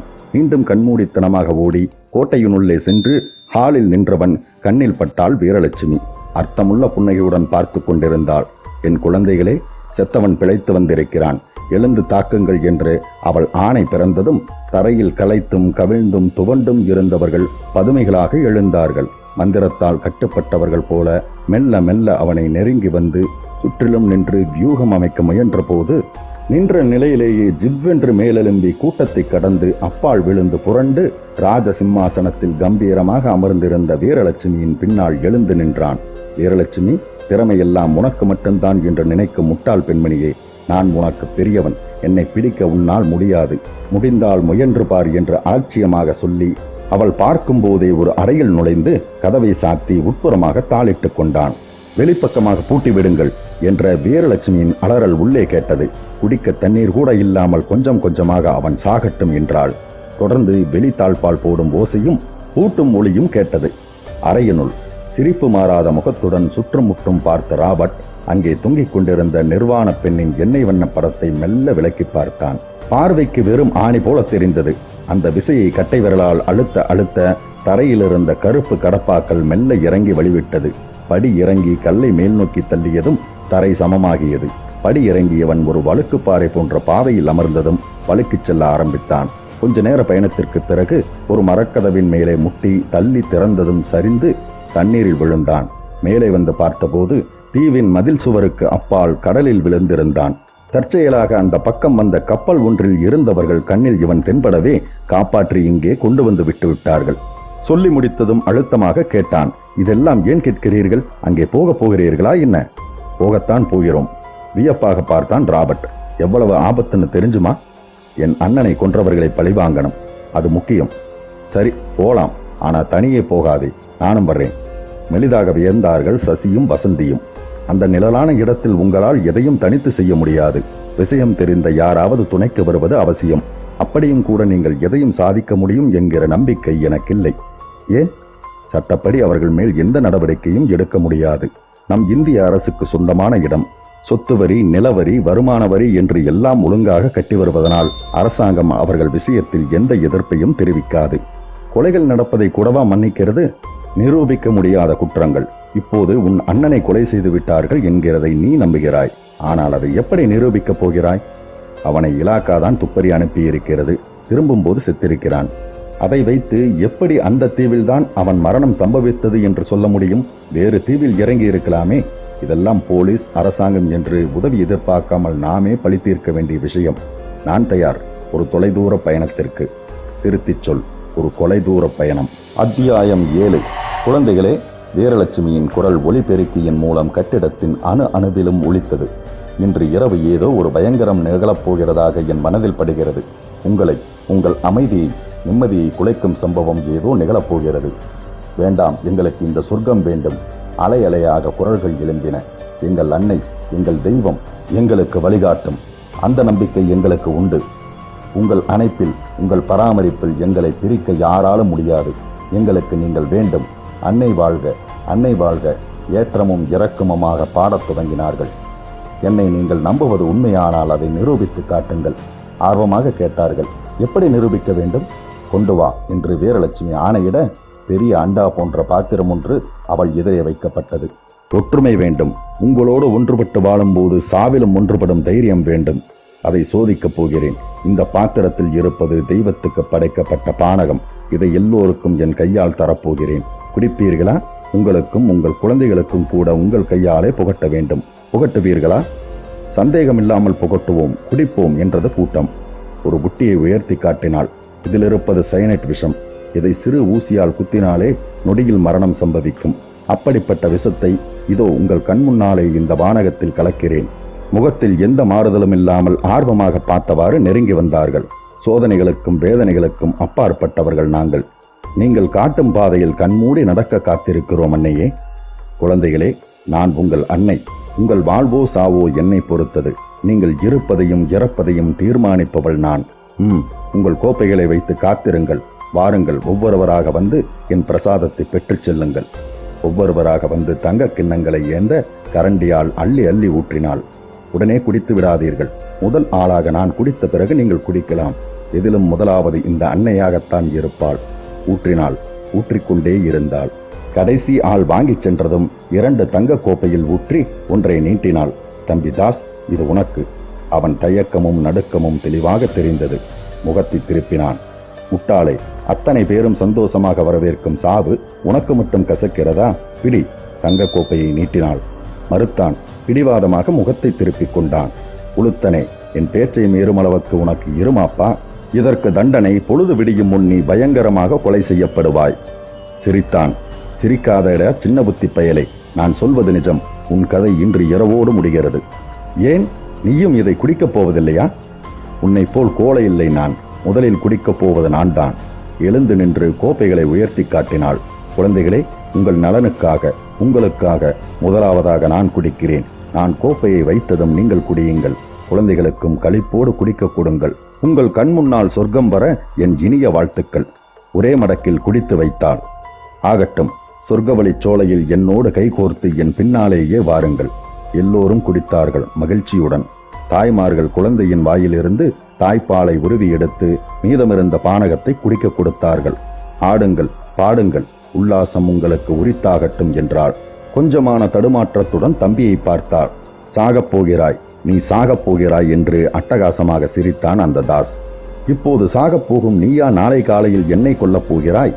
இந்த வருடத்தின் சிறந்த நகைச்சுவை இதுதான். செத்தாலும் விடமாட்டேன், பேயாக வருவேன். ஒன்று மட்டும் நிச்சயம், உன் நேரம் குறிக்கப்பட்டு விட்டது. விடியற்காலை 5:30 மணிக்கு நீ பிணமாவாய். சிலிர்ப்புடன் எல்லோரையும் பார்த்தாள். தோட்டத்தில், புல்வெளியில், கோட்டை வராந்தாவில் எங்கு பார்த்தாலும் சரிந்து விழுந்து கிடந்தார்கள். ஆடாமல் அசையாமல் மூச்சு விடுவது கூட தெரியாத அளவிற்கு. சூழ்நிலையில் மௌனம் ஆட்சி செய்தது. சிம்மாசனத்தை பார்த்தான். கைப்பிடி வழியாக சரிந்து விழுந்திருந்தாள் வீரலட்சுமி. ஏறி இறங்கும் அவள் முதுகு அவள் இன்னமும் சாகவில்லை என்பதை உணர்த்தியது. சாகவில்லை, நீ இன்னமும் சாகவில்லை. நீ உயிரோடு இருந்தால் சொன்னதை செய்து விடுவாய். அக்கா, என்னை மன்னித்து விடு. மெல்ல மெல்ல அவள் மடியிலிருந்து ஒரு துப்பாக்கியை உருவி எடுத்தான். மெல்ல முதுகில் படர்ந்திருந்த கூந்தலை விலக்கினான். முதுகுத்தண்டும் மண்டையோடும் சேரும் ஜீவாதாரமான பகுதியில் துப்பாக்கியால் மெல்ல வருடினான். உடன் பிறந்தவளே, எனக்கு யமனாக நீ முயன்றாய். இல்லை, உனக்கு நான் தான் யமன். என்னை உன் ஆத்மா மன்னிக்கட்டும். முகம் இறுகினான். பிடிகி இறுகியது. சுண்டிவிட்டான் திசையை. துள்ளி நிமிர்ந்த அந்த வீரலட்சுமி பார்த்த பார்வைக்கு மிகவும் பயந்து போனான். முட்டாள், முறைப்புடன் சொன்னாள். துப்பாக்கியை பிரயோகிக்கும் முன் குண்டு இருக்கிறதா என்று பார்த்துக்கொள். உள்ளங்கையை பிரித்து காட்டினாள். குண்டுகள் உருண்டன. அப்பவே உருவிவிட்டேன். நீ ஒரு முட்டாள். எனக்கு மட்டும் உயிர் மேல் ஆசை இல்லையா? இவர்கள் எந்த அளவுக்கு எனக்கு அடிமைப்பட்டு இருக்கிறார்கள் என்பதை புரிந்து கொள்ளத்தான் நான் இந்த குரூப் தற்கொலை நாடகம் நடத்தினேன். இதில் நான் கலந்தது சைனட் அல்ல, வெறும் போதைப் பொருள். விடிந்ததும் சுறுசுறுப்பாக எழுவார்கள். எனக்கு நன்றி சொல்வார்கள். அதோடு உனக்கு குழியும் தோண்ட உதவுவார்கள். வேடிக்கைதானே? பரிதாபமாக இழித்தான். சும்மா வேடிக்கைக்குத்தானே சொன்னாய் என்றான். ஆமாம் என்று சொல்ல ஆசைதான். ஆனால் நீ செய்த தப்புகள் இரண்டுமே மன்னிக்க முடியாதவை. ஒன்று, என் சிஷ்ய கோடிகள் எதிரே நான் தந்த பானகத்தை வாங்க மறுத்து அவமானப்படுத்தியது. இரண்டாவது, என்னையே சுட்டுக் கொள்ள முயலும் அளவிற்கு துணிச்சல் வந்தது. அக்கா என்றான் எச்சில் கூட்டி விழுங்கியவாறு. தண்டனை இல்லாமலா? இரண்டுக்கும் மரண தண்டனை தரலாம். ஆனால் ஒரே ஆளை 2 தடவை கொல்ல முடியாது இல்லையா? அதனால் ஒரே தடவை மரண தண்டனை விதிக்கிறேன். போய் தூங்கு. மீள முடியாத இரவை நிம்மதியாக தூங்கியே கழித்து விடு. தப்பி ஓட நினைக்காதே. அது உன்னால் முடியாது. உனக்கே தெரியும். குனிந்த அவன் தலைவியை பின்மயிரை பிடித்து முரட்டுத்தனமாக நிமிர்த்தினாள். என்னை பார், என் கண்களை பார், உற்றுப்பார். உன் உணர்வுகள் மங்கட்டும், நினைவுகள் அழியட்டும். நான், என் கண்கள், இவை மட்டுமே உன் மனதில் நிற்கட்டும். உன்னை ஈர்த்து விட்டேன். உன் மனம் பூராவிலும் நானே வியாபித்து இருக்கிறேன். என் பேச்சு மட்டும் உனக்கு கேட்கிறது. நான் சொல்வதை மட்டுமே நீ செய்வாய். வாயைத் திற. பதிலே பேசாமல் மெல்லத் திறந்தான். மந்திரத்திற்கு கட்டுப்பட்டார் போல. மாத்திரை ஒன்றை நாவில் வைத்தாள். குடிக்க தண்ணீரை கொடுத்து விழுங்க வைத்தாள். பயப்படாதே, அது விஷமல்ல, தூக்க மாத்திரை. இரவு முழுவதும் அமைதியாக நீ தூங்க வேண்டும். உன் அறைக்கு போ. அக்கா, உனக்கு என் துணை வேண்டாமா? என் ஆங்கிலம் உனக்கு தேவை. அதனால் நீ என்னை கொல்ல மாட்டாய். இத்தனை வருடமாக இத்தனை ஆங்கில சீடர்களை முட்டாளாக்க தெரிந்த எனக்கு ஆங்கிலம் பேச பழகத்தானா தெரியாது? You don't worry my boy, I know have to it என்று ஆங்கிலத்திலேயே புரிந்து தள்ளிவிட்டு சொன்னாள். Good night. தூக்கம் துவங்கும் கண்களுடன் கெஞ்சுதலாக பார்த்தவன் சரிந்து அவள் காலில் விழுந்தான். தூங்கி கண் விழித்த போது மேடையில் கட்டப்பட்டிருந்த 2 சிமெண்ட் தூணில் கட்டி வைக்கப்பட்டிருந்ததை உணர்ந்ததும் சூழ்நிலையின் பயங்கரத்தை உணர்ந்தான். அத்தியாயம் 8. இருட்டு போர்வையை நெட்டித் தள்ளி எட்டி பார்க்க முயன்ற சூரியனை கருப்பு மேகங்கள் பிடிவாதமாக மறைக்க பார்த்தன. கோடை காலமாதலால் பகல் நேரம் அதிகமாக இருந்ததினால் 4:30 மணிக்கு இருட்டு அடங்கி வெளிச்சம் பரவத் துவங்கியிருந்தது. ஃப்ளையிங் கிளப்பில் அனுமதி வாங்கிக் கொண்டு படி இறங்கி வந்தபோது ராபர்ட் காத்திருந்தான். விடியற்காலை சுறுசுறுப்பு அவனது ஒவ்வொரு அசைவிலும் தெரிந்தது. உற்சாகமாக இடது கையால் தலைமுடியை பின்னுக்கு தள்ளிவிட்டு அட்டகாசமாக சிரித்தான். போகலாமா? ராபர்ட் திரும்பி பார்த்தான். உன் காதலி? டகோடா விமானத்தில் 2 பேருக்கு மேலே அழைத்து போக ஃப்ளையிங் கிளப்பில் அனுமதி இல்லை. முதலில் 2 பேராக போய் ஒருவர் இறங்கியதும் திரும்பி வந்து அவளை அழைத்து போகலாம். அவளுக்கு தெரியுமா? தெரியும். காரில் தான் காத்திருக்கிறாள். பிளேனில் ஏறும் முன் கவனித்தான் ராபர்ட். அதென்ன சக்கரத்துக்கு முன்னால் பெரிதாக 2 திண்டு மாதிரி நீளமாக இருக்கிறது? காற்று அடைக்கப்பட்ட கேன்வாஸ் பைகள். அது இருந்தால் கடலில் கூட விமானத்தை நிறுத்த முடியும் என்று சொன்னான். நீயும் ஏறிக்க. அவன் ஏறி அமர்ந்ததும் ஜூம் பொருத்தப்பட்ட கேமராவை கொடுத்தான் சசி. அவளுக்கே தெரியாமல் படம் எடு, உதவும். வாங்கி கொண்டான். கண்ணாடியிலான மூடியை பொறித்துக் கொண்டு தலையில் ஹெட்போனை மாட்டிக்கொண்டு கையில் விசை தட்டப்பட்ட ஒளிபெருக்கியில் பேசினான். கண்ட்ரோல் டவர், ஆமாம், எல்லாம் நார்மலாக இருக்கிறது. அடுத்து வரும் 8 வரிகள் உங்களுக்கு புரிய போவதில்லை நேயர்களே. அதில் எனக்கு ஆச்சரியமில்லை. காரணம், எனக்கே அது புரியவில்லை. அதனால் என்ன? கண்ட்ரோல் டவர் ஆள் சொல்வது சசிக்கு புரிந்தால் சரி. விமானம் ஓட்டப் போவது அவன்தானே. Pressurisation set, altimeters set and cross checked, air speed and EPRS box set, parachute unit set and cross check. வெண்ணையாக வலிக்குச் சென்ற விமானம் மெல்ல மெல்ல சரிந்தாற் போல வானமேறி சென்றதும் நேராகி ஒரே சீராக பறந்தது, மிதந்தது. சில நிமிடங்கள் பறந்த பிறகு அதோ சுட்டி காட்டினான் ராபர்ட். அங்கே பார். தீவு முழுவதுமாக சுற்றிலும் கட்டப்பட்டிருந்த மதில் சுவர் எச்சரித்தது. மேலே போய் வட்டமிடு, உள்ளே நடப்பதை பார்க்கலாம். கொஞ்சமாக சரிந்து வட்டமிட்ட நிலையில் மேலே பறந்த போதுதான் அந்த காட்சி தெரிந்தது. ராபர்ட்டை சீண்டி விட்டதும் அவன் கேமராவை உயர்த்தி படங்களை பிடிக்க துவங்கினான். கீழே அந்த கோட்டையின் முன்தளத்தில் சிமெண்ட் கம்பம் ஒன்றில் கட்டி போடப்பட்டிருந்த ஒரு ஆள் உயிருக்கு மன்றாடுவது இங்கிருந்தே புரிந்தது. அவன் காலடியில் ஆள் உயரத்துக்கு உயர்ந்த சுள்ளிகளும் சந்தனக்கட்டைகளும் அடுக்கி வைக்கப்பட்டிருந்தன. புரிந்துவிட்டது. உயிரோடு ஒரு ஆளை எரிக்கப் போகிறார்கள். காட்டுமிராண்டித்தனமாக சுற்றி சுற்றி வந்து புகைப்படம் எடுக்க துவங்கினார்கள். அதே நேரத்தில் கீழே, விடுங்க, என்ன விடுங்க, அக்கா என்ன கொல்லாத என்று அந்த தாஸ் அலற அலற அலட்சிய சிரிப்புடன் நாற்காலி பல்லக்கை விட்டு இறங்கி வந்தாள் அந்த வீரலட்சுமி. கையில் கொழுந்து விட்டெறியும் தீவட்டி இருந்தது. குழந்தைகளே, என் செல்வங்களே, உங்கள் அன்னையை அவமானப்படுத்தியவன், உங்கள் அம்மாவை கொல்ல முயன்ற கொலைபாதகன் இப்போது உயிர் பிச்சை கேட்கிறான். முடிந்தால் மன்னியுங்கள், விரும்பினால் விட்டுவிடுங்கள், இல்லாவிட்டால் பிடியுங்கள், தீப்பந்தம் கொளுத்தி விடுங்கள். தாஸ் கத்தினான். முட்டாள்களே, அவளை நம்பாதீர்கள். உங்களை எல்லாம் கூண்டோடு ஒரு நாள் இல்லாவிட்டால் ஒரு நாள் கொலையே செய்து விடுவாள். இப்போதே துணிந்து அவளை கொல்லுங்கள், கொன்றுவிடுங்கள். கட்டப்பட்ட நிலையில் கத்தினான் தாஸ். அவள் பெண் இல்லை, பேய். அழியுங்கள், அவளை அழியுங்கள் என்றான். குழந்தைகளே, அவன் சொன்னது உண்மை. நேற்று உங்கள் கண் முன்னால் சைனைட் விஷத்தை கலந்த பானத்தை உங்களுக்கு கொடுத்தேன். ஆனாலும் என் யோக வலிமையால் உங்கள் உயிரை அது குடிக்காமல் காப்பாற்றிவிட்டேன். நீங்கள் என் அருமை குழந்தைகள். உங்களை சாக விடமாட்டேன். மக்களே, என்னை கொல்ல முயன்ற கொலைகாரன் இவன் சொல்கிறான் நான் கொலைகாரி என்று. நம்புகிறீர்களா? அன்னை வாழ்க, அன்னை புகழ் வாழ்க. கோரசாக ஏற்றமும் இரக்கமுமாக பாடத் துவங்கினார்கள். வாழ்க வாழ்க என்று கோஷித்தார்கள். மணி 5:30. அவனுக்காக உறுதி செய்யப்பட்ட கொலை முகூர்த்தம். தீவட்டியை நீட்டினாள். உருமலாக ஆணையிட்டாள், கொளுத்துங்கள் அவனை என்று. பின்புறமாக மேடை ஏறி வந்த அந்த பெண்ணின் கையில் பெட்ரோல் டின் இருந்தது. அவனை தலை முதல் கால்வரை பெட்ரோலால் குளிப்பாட்டினாள். என் கண்மணிகளுக்கு உன்மேல் உள்ள கருணையை பார்த்தாயா தாஸ்? கொஞ்சம் கொஞ்சமாக வெந்து அணு அணுவாக துடித்து நீ சாகக்கூடாது. ஒரே வினாடி நேரத்தில் மரணம் உன்னை தழுவ வேண்டும் என்று நினைக்கிறார்கள். அவர்களை உன் இறுதி நேரத்தில் நன்றியுடன் நினைத்துக்கொள். தீப்பந்தத்தை உலர்ந்த சுள்ளிகளுடன் சொருகினான் ஒரு பக்தன். சடசடவென்று ஓசை எழுப்பி தீ பரவியது. சுற்றிலும் எரிய எரிய புகை நெஞ்சை எரித்தது. அவன் அலறினான், மிக பயங்கரமாக அலறினான்.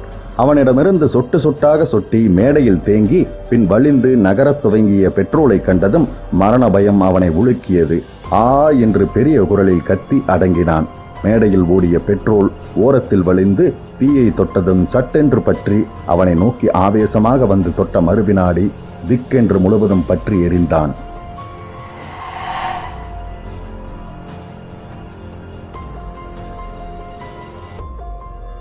அத்தியாயம் 9. கடல் மேல் மிதந்தவாறு நின்றிருந்தது விமானம். பார்த்திருப்பார்களா என்ற ராபர்ட்டை பார்த்தான் சசி. சற்று முன் பார்த்த பயங்கரத்தின் பாதிப்பு இன்னமும் அவன் முகத்தின் மீது இருந்தது. ச்சே, மனித தன்மையே இல்லாத என்ன ஒரு அரக்கத்தனம்! அதைவிட பயங்கரங்கள் எல்லாம் அங்கே மிக சாதாரணம். பேசிக்கொண்டே திருகி திருகி மின் கேமராவை திறந்து பிலிமை எடுத்து நாவால் ஈரப்படுத்தி ஒட்டி நீட்டினான். படச்சுருளை எடுத்து கொண்டு போய் நிறைய பிரதிகளை எடுத்து செய்தியோடு பத்திரிகைகளுக்கு அனுப்பிவிடு. எப்படியும் விமான போக்குவரத்து நேரமானதால் நீ புறப்பட சரியாக 10 மணி ஆகிவிடும். ஒரு கற்றை பிரதிகளோடு உன் சிநேகிதனையும் அழைத்து கொண்டு இதே இடத்தில் வந்து விமானத்தை நிறுத்து. நான் வந்து உன்னை கூட்டிப் போகிறேன் என்று தண்ணீரில் இறங்கிக் கொண்டான் ராபர்ட். அவர்கள் நின்ற இடத்திற்கு அருகில் மதில் சுவரில் ஆளுயர எழுத்தில் தடை செய்யப்பட்ட பகுதி, அந்நியர் உள்ளே வர அனுமதி இல்லை என்றது. பகுதிக்கும் அந்நியருக்கும் இடையேயுள்ள இரும்பு கதவுகள் மெல்ல திறக்கப்படுவதை உணர்ந்ததும் அவசரமாக விமானத்தை கிளப்பி திருப்பிய பின் கொஞ்ச தூரம் நீரை கிழித்து ஓடிய பின் வானமேறி சென்றான். தொலைநோக்கி கண்ணாடி வழியாக பார்த்தபோது விலக்கப்பட்ட இரும்பு கதவுகளுக்கு பின்னாலிருந்து பெர்ரி படகு ஒன்று மணி ஓசையுடன் வெளியேறி போயிற்று. கப் கப் என்று புகையை கக்கியவாறு மிதந்து போனது. அது உணராத அளவு வானத்தின் உயரே வட்டமிட்டு கவனித்துக் கொண்டு இருந்தான் சசி. சென்னைக்கு தெற்கே கொஞ்சம் தொலைவில் படகு நின்று போனதும் விமானத்தை நேரே விமான தளத்திற்கு கொண்டு போனான். காத்திருந்த வசந்தியை ஏற்றிக்கொண்டு மீண்டும் வந்தபோது கவனித்தான். கரையில் இருந்து மின் படகுகள் சில தொலைவில் நின்ற பெர்ரி படகை நோக்கி போய்க் கொண்டிருந்தன. துப்பாக்கி ஏந்திய காவலர்களின் பின்னால் அமர்ந்திருந்த சில முக்கிய மனிதர்கள் அந்த வெயில் நேரத்திலும் முழு நீள கோட்டும் தொப்பியும் அணிந்து கருப்பு கண்ணாடியால் முகத்தை மறைத்து அடையாளம் காட்ட மறுத்தார்கள். அந்த பெர்ரி படகு தீவை நெருங்கியதும் இரும்பு கதவுகள் பிளந்து திறந்து கொள்ளும் வரை, அந்த படகு உள்ளே சென்று மீண்டும் கதவுகள் பொருத்திக் கொள்ளும் வரை வானத்திலேயே வட்டமடித்துக் கொண்டிருந்தான் சசி. இரும்பு கதவுகள் முழுவதுமாக பொருத்திக் கொள்ளும் வரை காத்திருந்து விமானத்தை இறக்கி கடலை தொட்டான். அந்த கதவுகளை நெருங்கிய போது சற்றே தள்ளி மதில் சுவருக்கு கீழே பலகையொன்று திறந்து வழிவிட சரிந்து வந்து கடலில் விழுந்தான் ராபர்ட். தண்ணீரின் மேலே மிதந்தவாறு இரு கைகளையும் உயர்த்தி அசைத்தான். விமானத்தின் உள்ளே கருப்பு கண்ணாடியை உயர்த்தி ஹெல்மெட்டுடன் கலற்றி வைத்த சசி கேட்டான், நீந்த வருமா? முதல் பரிசே வாங்கி இருக்கிறேன் என்றாள் வசந்தி பெருமையாக. அப்படியானால் சரி என்ற சசி விமானத்தின் மூடியை கலற்றி தள்ளினான். தண்ணீரில் குதித்தாள். தொடர்ந்து அவனும் குதித்தான். தண்ணீரின் குளுமைக்கு சிலிர்த்தார்கள், நீந்தினார்கள். அவர்கள் நெருங்க நெருங்க மரப்பலகை கதவை தாக்கி திறந்து உள்ளே போனான் ராபர்ட். வாருங்கள். உள்ளே போகும் முன் அட்டகாசமான ஓசை கேட்டு அண்ணாந்து பார்த்தார்கள். அந்த பகல் நேர பொழுதிலும் கூட இருட்டி போகும் அளவுக்கு கருப்பு மேகங்கள் கும்பலாக கூடுவதும் கலைவதுமாக, மின்னல் கோடுகளை கிழிப்பதுமாக, பிறகு அதை தொடர்ந்து இடியோசையை பிரசவிப்பதுமாக இருந்தன. உள்ளே போய் கதவுகளை இழுத்து கொண்டதும் முழுவதுமாக இருட்டு அவர்களை விழுங்கியது. கவனமாக வழுக்கு பாறையில் ஏறுவதைப் போன்று 8 கால் பூச்சிகளைப் போல 2 பக்க சுவர்களையும் தாங்கி பிடித்தவாறு முன்னேறினார்கள். பாதி தூரம் போனதும் கிசுகிசுப்பு குரலில் இருங்கள் என்று கையமர்த்தினான். மேல்புறத்து சுவரை கையால் மெல்ல தூக்கியதும் இடைவெளியில் வானத்தின் அட்டகாசம் தெரிந்தது. மெல்ல தலையை நுழைத்து நோட்டம் பார்த்தான். யாரும் இல்லை என்று உறுதியாக தெரிந்ததும் கதவை முழுவதுமாக தூக்கி திறந்து மேலேறி அவர்களையும் கைலாக கொடுத்து தூக்கிவிட்டான். அடர்த்தியான கடல் நாணல் வெள்ளை பூக்களுடன் வரிசையாக பார்க்க ரம்மியமாக இருந்தது அந்த மறைவான இடம். ஒரு மரபொந்திலிருந்து ஒரு சின்ன துணி மூட்டையை ராபர்ட் எடுத்து பிரித்தான். புதிய துணிகள் இருந்தன. இந்த சொர்க்கவழிச்சோலையின் சீருடை, உள்ளாடைகள் உள்பட அனைத்தையும் கலற்றி இவற்றை அணிந்து கொள்ளுங்கள். சீக்கிரம் என்றான். ஏது இது?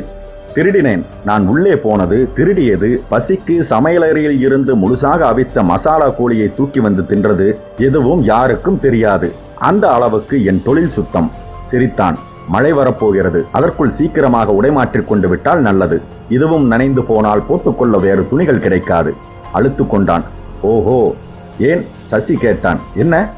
உனக்கும் உன் காதலிக்கும் நான் சொன்னது புரியவில்லை போலிருக்கிறது. உள்ளாடைகள் கூடாது என்றேன்.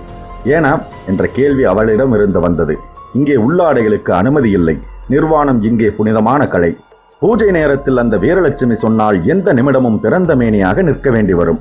சீ, என்னால் முடியாது. கத்தினாள். முடியாது என்றாள். முடியத்தான் வேண்டும். இல்லாவிட்டால் அதுவே உன்னை அந்நியப்படுத்தி காட்டிவிடும். அடுத்த நிமிடமே நீ கொல்லப்படுவாய். அவள் அதிர்ச்சியை ரசித்தான்.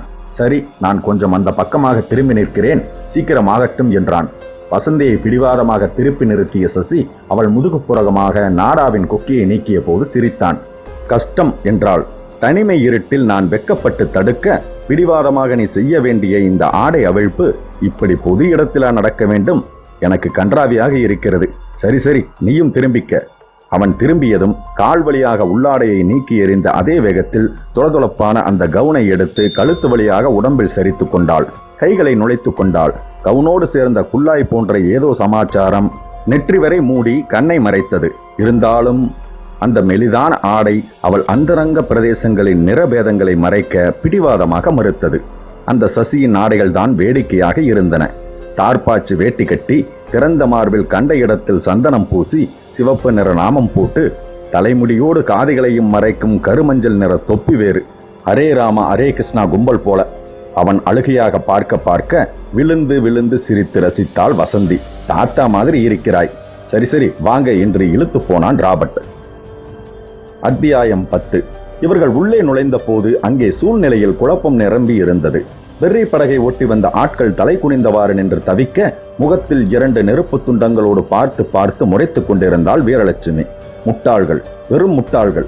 அவர்களில் ஒருவன் எதையோ சொல்ல முயல கையமர்த்தி தடுத்தாள். பேசாதே, வர வர தீவின் அந்தரங்கம் பறிபோகிறது, சுதந்திரம் குலைகிறது, அந்நியர் நடமாட்டம் அதிகமாகிறது என்றாள்.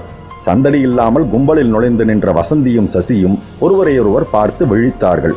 அதெப்படி என் அனுமதி இல்லாமல் அந்நியர்கள் உள்ளே அழைத்து வர தைரியம் வந்தது உங்களுக்கு என்றாள் வீரலட்சுமி. மதிப்புக்குரிய அம்மாவே, இது தணிக்கை மாதமாயிற்றே, தணிக்கை அதிகாரிதான் என்று நினைச்சிட்டோம். பேசாதே, அவங்க ஏப்ரல் மாதத்திலேயே வந்து போயாயிற்று. இவங்க யாருன்னே தெரியவில்லை.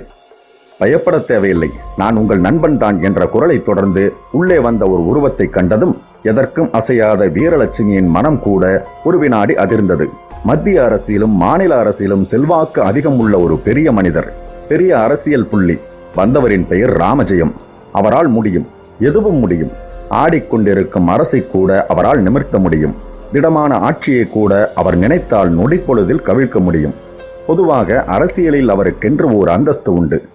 என்ன வீரலட்சுமி என்று முழுசாக பெயர் சொல்லி அழைத்ததும் கொஞ்சம் அயர்ந்துதான் போனாள். அலட்சியமாக சிரித்தார். என் அருமை பெண் நிர்வாண சாமியாரே, என்ன உன்னை பற்றியும் உன் ஆசிரமத்தை பற்றியும் தப்பான செய்திகள் வருகின்றன என்றவர் அவள் கையமர்த்தியதும் நிறுத்தினார். குழந்தைகளே, என் செல்ல குழந்தைகளே, நமது மதிப்பிற்குரிய இந்த விருந்தினரிடம் நான் தனித்து பேச வேண்டியிருக்கிறது. அதனால் இன்றைய யோகா பாடம் ரத்து செய்யப்படுகிறது. அமைதியாக கலைந்து போங்கள், சந்தோஷமாக இருங்கள் என்றாள். சந்தோஷம் கஞ்சாவில் இருக்கிறதா? ராமஜெயம் எடக்காக கேட்டார். வருகிற வழியெல்லாம் கஞ்சா செடியை பார்த்தேன். தெய்வீக சூழ்நிலைக்கு ஒத்து வராத செடிகள். அதில் பார் வீரலட்சுமி. ஐயா, என் சீடர்கள் எதிரில் என்னை நீங்கள் பெயர் சொல்லி அழைப்பதை நான் அனுமதிக்க முடியாது. அது என் கௌரவத்தை பாதிக்கும். அலட்சியப்படுத்தினார் அவர். உனக்கு நல்லது செய்ய வந்திருக்கிறவன் நான். என்னிடம் மரியாதையை எதிர்பார்க்காதே. எனக்கு மரியாதையை வாங்கித்தான் பழக்கம், கொடுத்து அல்ல. சரி, விஷயத்தை சொல்லுங்கள். உன்னை பற்றி நிறைய வதந்திகள் அரசாங்க அளவுக்கு உலாவுகின்றன, உண்மைதானா?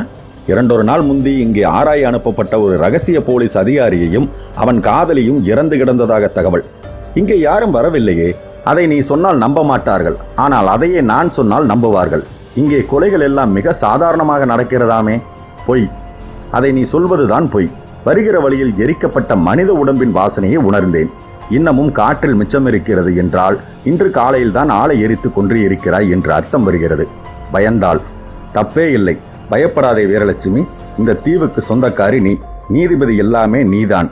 போலீஸ் பாதுகாப்பு இல்லாமல் தனி ஆளாக இத்தனை பேரை அடக்கி ஆளும்போது இது மாதிரி தண்டனை பயங்கரங்கள் இருப்பதில் தப்பே இல்லை. அவள் கண்களில் பயம் குறைந்ததும் சொன்னார். அதில் பார், உன் ஆசிரமத்தை பற்றிய புகார்களும் கிசுகிசுக்களும் அரசாங்க அளவுக்கு வந்திருக்கின்றன. அதனால் விசாரணைக்காக என்னை போகச் சொல்லி இருக்கிறது அரசாங்கம். நான் சொல்லும் வாக்கு மூலம்தான் உன்னுடைய எதிர்காலத்தையே நிர்ணயிக்கப் போகிறது. அரசு முறையில் வருவதற்கு முன்னால் தனிப்பட்ட முறையில் உன்னை பார்த்து போக ஆசைப்பட்டு வந்தேன். புரிகிறதா? புரியவில்லையே. நான் திருப்தியாக சந்தோஷமாக திரும்பி போய் எல்லாமே சரியாக தான் நடக்கிறது, நிழலாக எதுவும் நடப்பதில்லை என்று தீர்ப்பு சொன்னாலே போதுமானது. அரசு அதை நம்பிவிடும். புரிகிறதா? அர்த்தமாக பார்த்தார். நான் திருப்தியாக சந்தோஷமாக திரும்புவதில்தான் உன் எதிர்கால வளமை இருக்கிறது. எனக்கு புரிந்துவிட்டது. கையமர்த்தினாள் வீரலட்சுமி. உங்கள் எதிர்பார்ப்பு என்ன? பணம்? பெண்களிடம் பணம் வாங்கி எனக்கு பழக்கமில்லை. தவிர என்னிடமில்லாத பணத்தையா நீ தந்துவிடப் போகிறாய்? அது மட்டுமல்ல, பணத்தேவைக்கு இவ்வளவு தூரம் நான் வரவேண்டிய அவசியமே இல்லை. என் கொடைக்கானல் பங்களாவில் உட்கார்ந்த நிலையிலேயே போன் செய்தால் போதும், லட்சம் கோடி என்று என்னை தேடி வந்துவிடும். என் தேவையே வேறு. பெண்களா? அழுத்து போன விஷயம். வேற என்ன? சொர்க்கம். இங்கே நீ ஒரு தனி சொர்க்கமே உருவாக்கி வைத்து இருப்பதாக கேள்விப்பட்டேன். யார் சொன்னது? இங்கே இருந்து தப்பி வந்த ராபர்ட் என்கிற ஆள் பரவிவிட்ட செய்தி என் காதுக்கும் வந்தது. கதவுக்கு பின்னால் ஒளிந்திருந்த ராபர்ட் தனக்குள் சிரித்து கொண்டான். எப்படி வந்தது என்கிற ஆராய்ச்சிக்கு இது நேரமல்ல. அந்த சொர்க்கத்தை நான் பார்த்தாலே போதும். பயத்தை எல்லாம் உதறிவிட்டு நீ நிம்மதியாக இருக்கலாம். மன்னியுங்கள், எனக்கு புரியவில்லை. நீங்கள் குறிப்பிட்டு சொல்லும் சொர்க்கம் எது? மின்னல் அடித்தது. பச்சையாகவே சொல்கிறேன். பாரிஸ், ஹாங்காங் போன்ற ஊர் இரவு விடுதிகளில் கூட இல்லாத அளவிற்கு கும்பல் கும்பலாக ஆண் பெண் உறவு காட்சிகளை நீ இங்கே நடத்துகிறாயாமே. காம உணர்வுகளுக்கு பூர்ண சுதந்திரம் தந்து அவர்களை இஷ்டம் போல இயங்க விடுகிறாயாமே. அதை நான் பார்க்க வேண்டாமா? அருவருப்பாக பார்த்தால் வீரலட்சுமி. நான் திருப்தியாக சந்தோஷமாக திரும்ப வேண்டியது மிகவும் அவசியம். சரி, இன்று இரவு கன்னி பூஜை நடத்தப் போகிறேன். அது உங்களுக்கு திருப்தி தரும் என்ற நம்பிக்கை எனக்கு இருக்கிறது.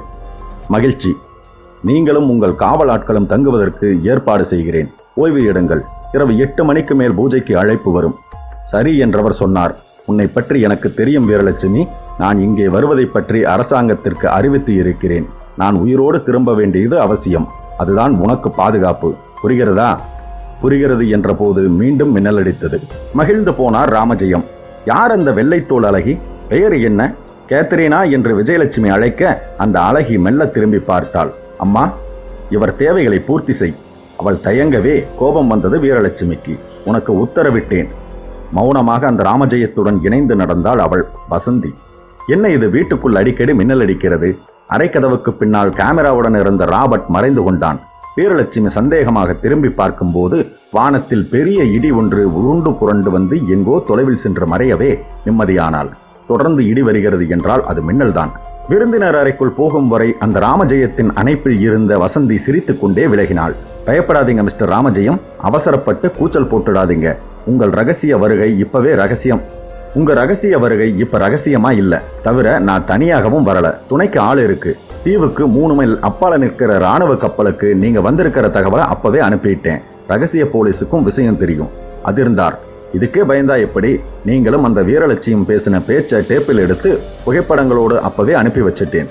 முகமிளறி போனார் ராமஜெயம். கத்தினார். யார் நீ? இப்போதைக்கு உன் சிநேகிதி. சொல்ல முடியாது. எதிர்காலத்தில் எதிரி ஆகிறதும் ஆகாததும் உன் கையில் தான் இருக்கிறது. நீ நடந்துக்கிற முறையை பொறுத்தது. ஆனால் ஒன்று மட்டும் நிச்சயம், உன் அரசியல் வாழ்வு இனி என் கையில். உன் எதிர்கால அந்தஸ்து இனி என் நாக்கு நுனியில். கைகளை பரபரவென்று தேய்த்து கொண்டு கேட்டாள். சரி, இப்போ நான் என்ன செய்யணும்? ஐயோ, ஒன்றும் செய்ய வேண்டாம் என்றார் அவசரமாக அலறலாக. குளிக்கிறீங்களா? காலையிலேயே ஆயிற்று. சூரிய குளியல்? அவர் அதிர்வதை ரசித்தாள். உன்னை சூரிய குளியல் குளிக்கச் சொல்லல. ச்சே, யார் பார்க்கறது அந்த கன்றாவிய? மற்றவங்க குளிக்கிறத வேடிக்கை பார்க்கறியா? அலட்சியமாக 9 பைசாவுக்கு எடை போட்டால் அவரை. நீ பார்ப்பாய். அந்நிய உடம்புகளை நிர்வாணமாக பார்த்து ரசிக்க ஆசைப்படுகிற அசிங்கம் பிடித்த ஆள்தானே நீ. வா. ஜன்னல் கதவுகளை கொஞ்சம் திறந்தாள். வந்து பாரு. வந்து பார்த்து பூரித்து போனார். சூரியனே இல்லாத சூழ்நிலையிலும் கூட அந்த நீச்சல் குளத்தின் கரையில் எண்ணெய் பூசிய உடம்புடன் வெள்ளை அழகிகள் கண்களில் மட்டும் குளிர் கண்ணாடி அணிந்து கொண்டு உடம்பு முழுவதும் ஆடையற்ற நிலையில் இருந்தார்கள். சிலர் மல்லாந்திருந்தார்கள், பலர் கவிழ்ந்திருந்தார்கள். மேலும் சிலர் பக்கவாட்டில் திரும்பி காதலன் மேல் படரத் துவங்கி இருந்தார்கள். அவர் பார்த்து கொண்டிருக்கும் போதே கதவை சாத்திவிட்டு அவர் திரும்பி முறைத்ததும் சிரித்தாள். அதில் பார், இப்பவே நிறைய பார்த்து அழுத்து போனால் அப்புறம் இரவு கன்னி பூஜையின் போது சுவாரஸ்யம் ரொம்ப குறைவாக இருக்கும். அதே நேரத்தில் கதவை திறந்து எட்டி பார்த்த ஆளை பார்த்ததும் சிரிப்பு வந்தது வசந்திக்கு. குள்ளமாக தொப்பையுடன் இருந்தாள். அவனில் பாதி உயரத்திற்கு தலைமேல் வெள்ளை தொப்பி நீண்டு மேலே பூத்திருந்தது. ஈமீசை வைத்திருந்தான். பெரும் பார்வைக்கே சமையல்காரன் என்பது புரிந்தது. மதிப்பிற்குரிய விருந்தினரே, நீங்களும் உங்கள் ஆட்களும் எத்தனை பேர் என்று அறிந்து வர உத்தரவாகி இருக்கிறது. ஏன்? அதிகப்படியான சமையல் செய்வதற்கு. இங்கே தேவைக்கு ஏற்பத்தான் சமைப்பது வழக்கம். என்னோடு சேர்த்து 3 பேர் என்று அவர் சொல்ல சொல்ல அவசரமாக திருத்தினாள் வசந்தி. இல்ல, 5 பேர், நானும் என் காதலனும். கோபமாக முறைத்தான் அந்த சமையலாள்.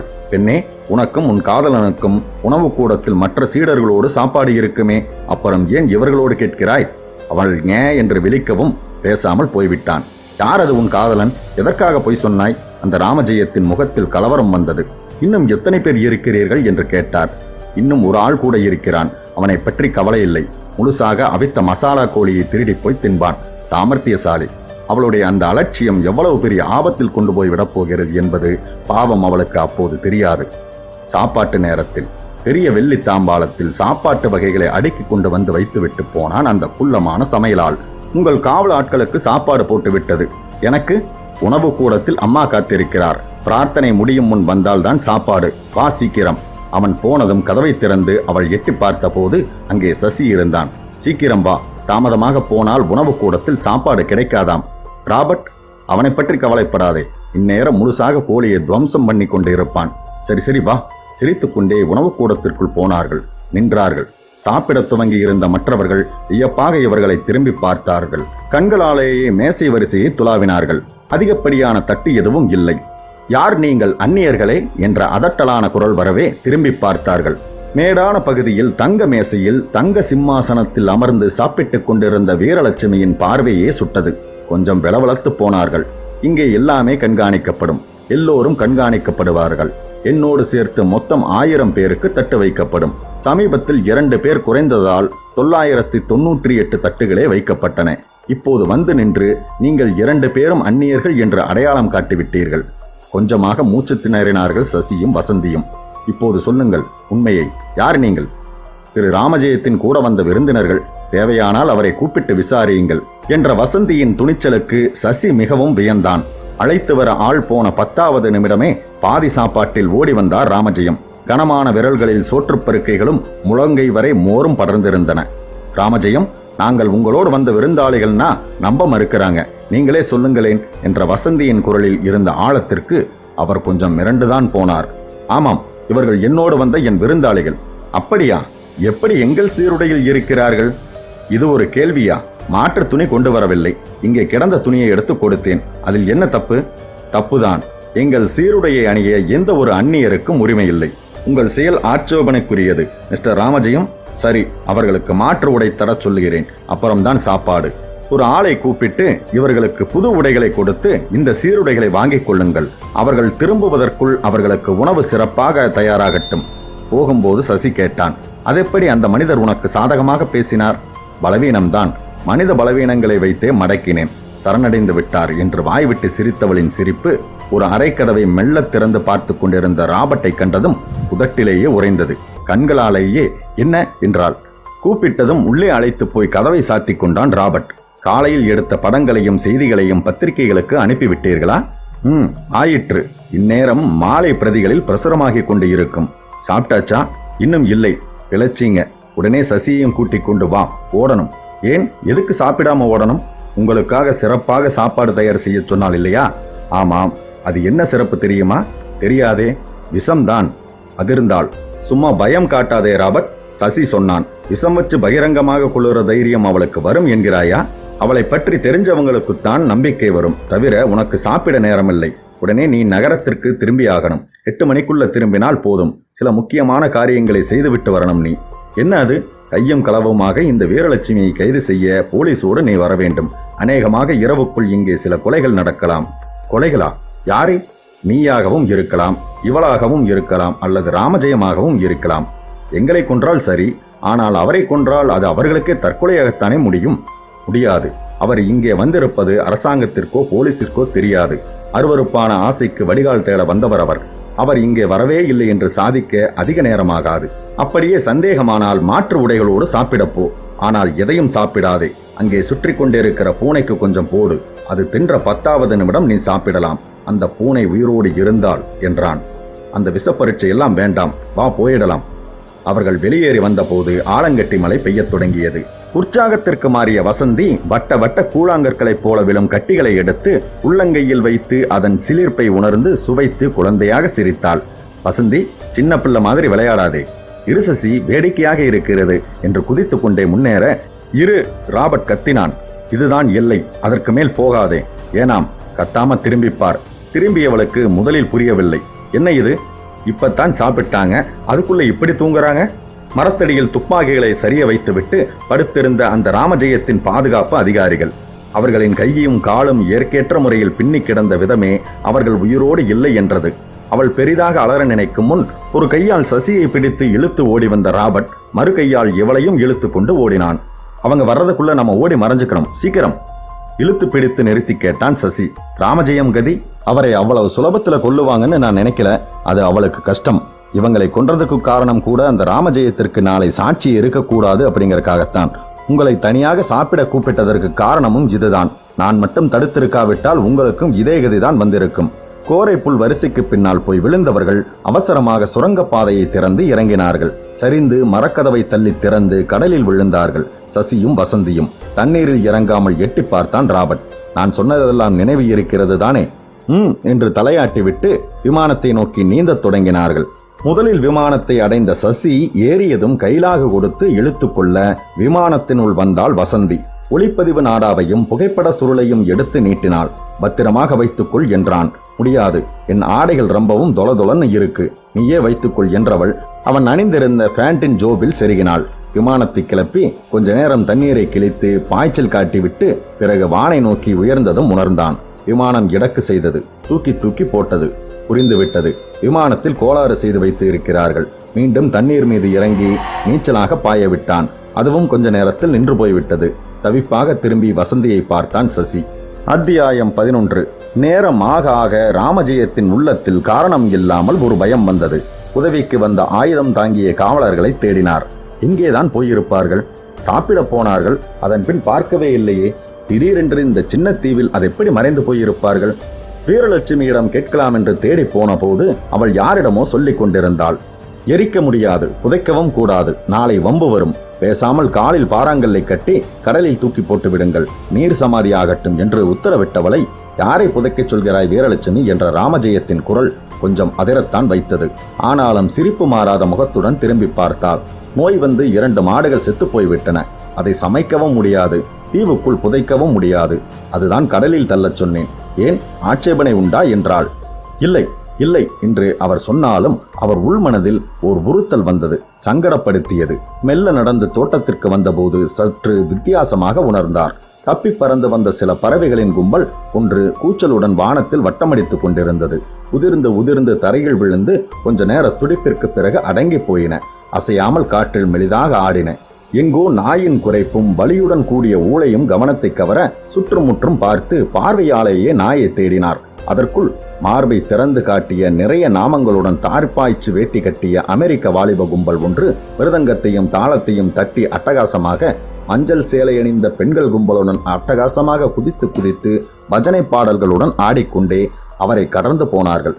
அவர் அங்கேயே இல்லாதது போல ஒரு அலட்சியம் அவர்களிடம் இருந்தது. அந்த கூட்டம் முழுவதும் நகர்ந்து போன பிறகுதான் கண்ணில் பட்டது அந்த நாய்.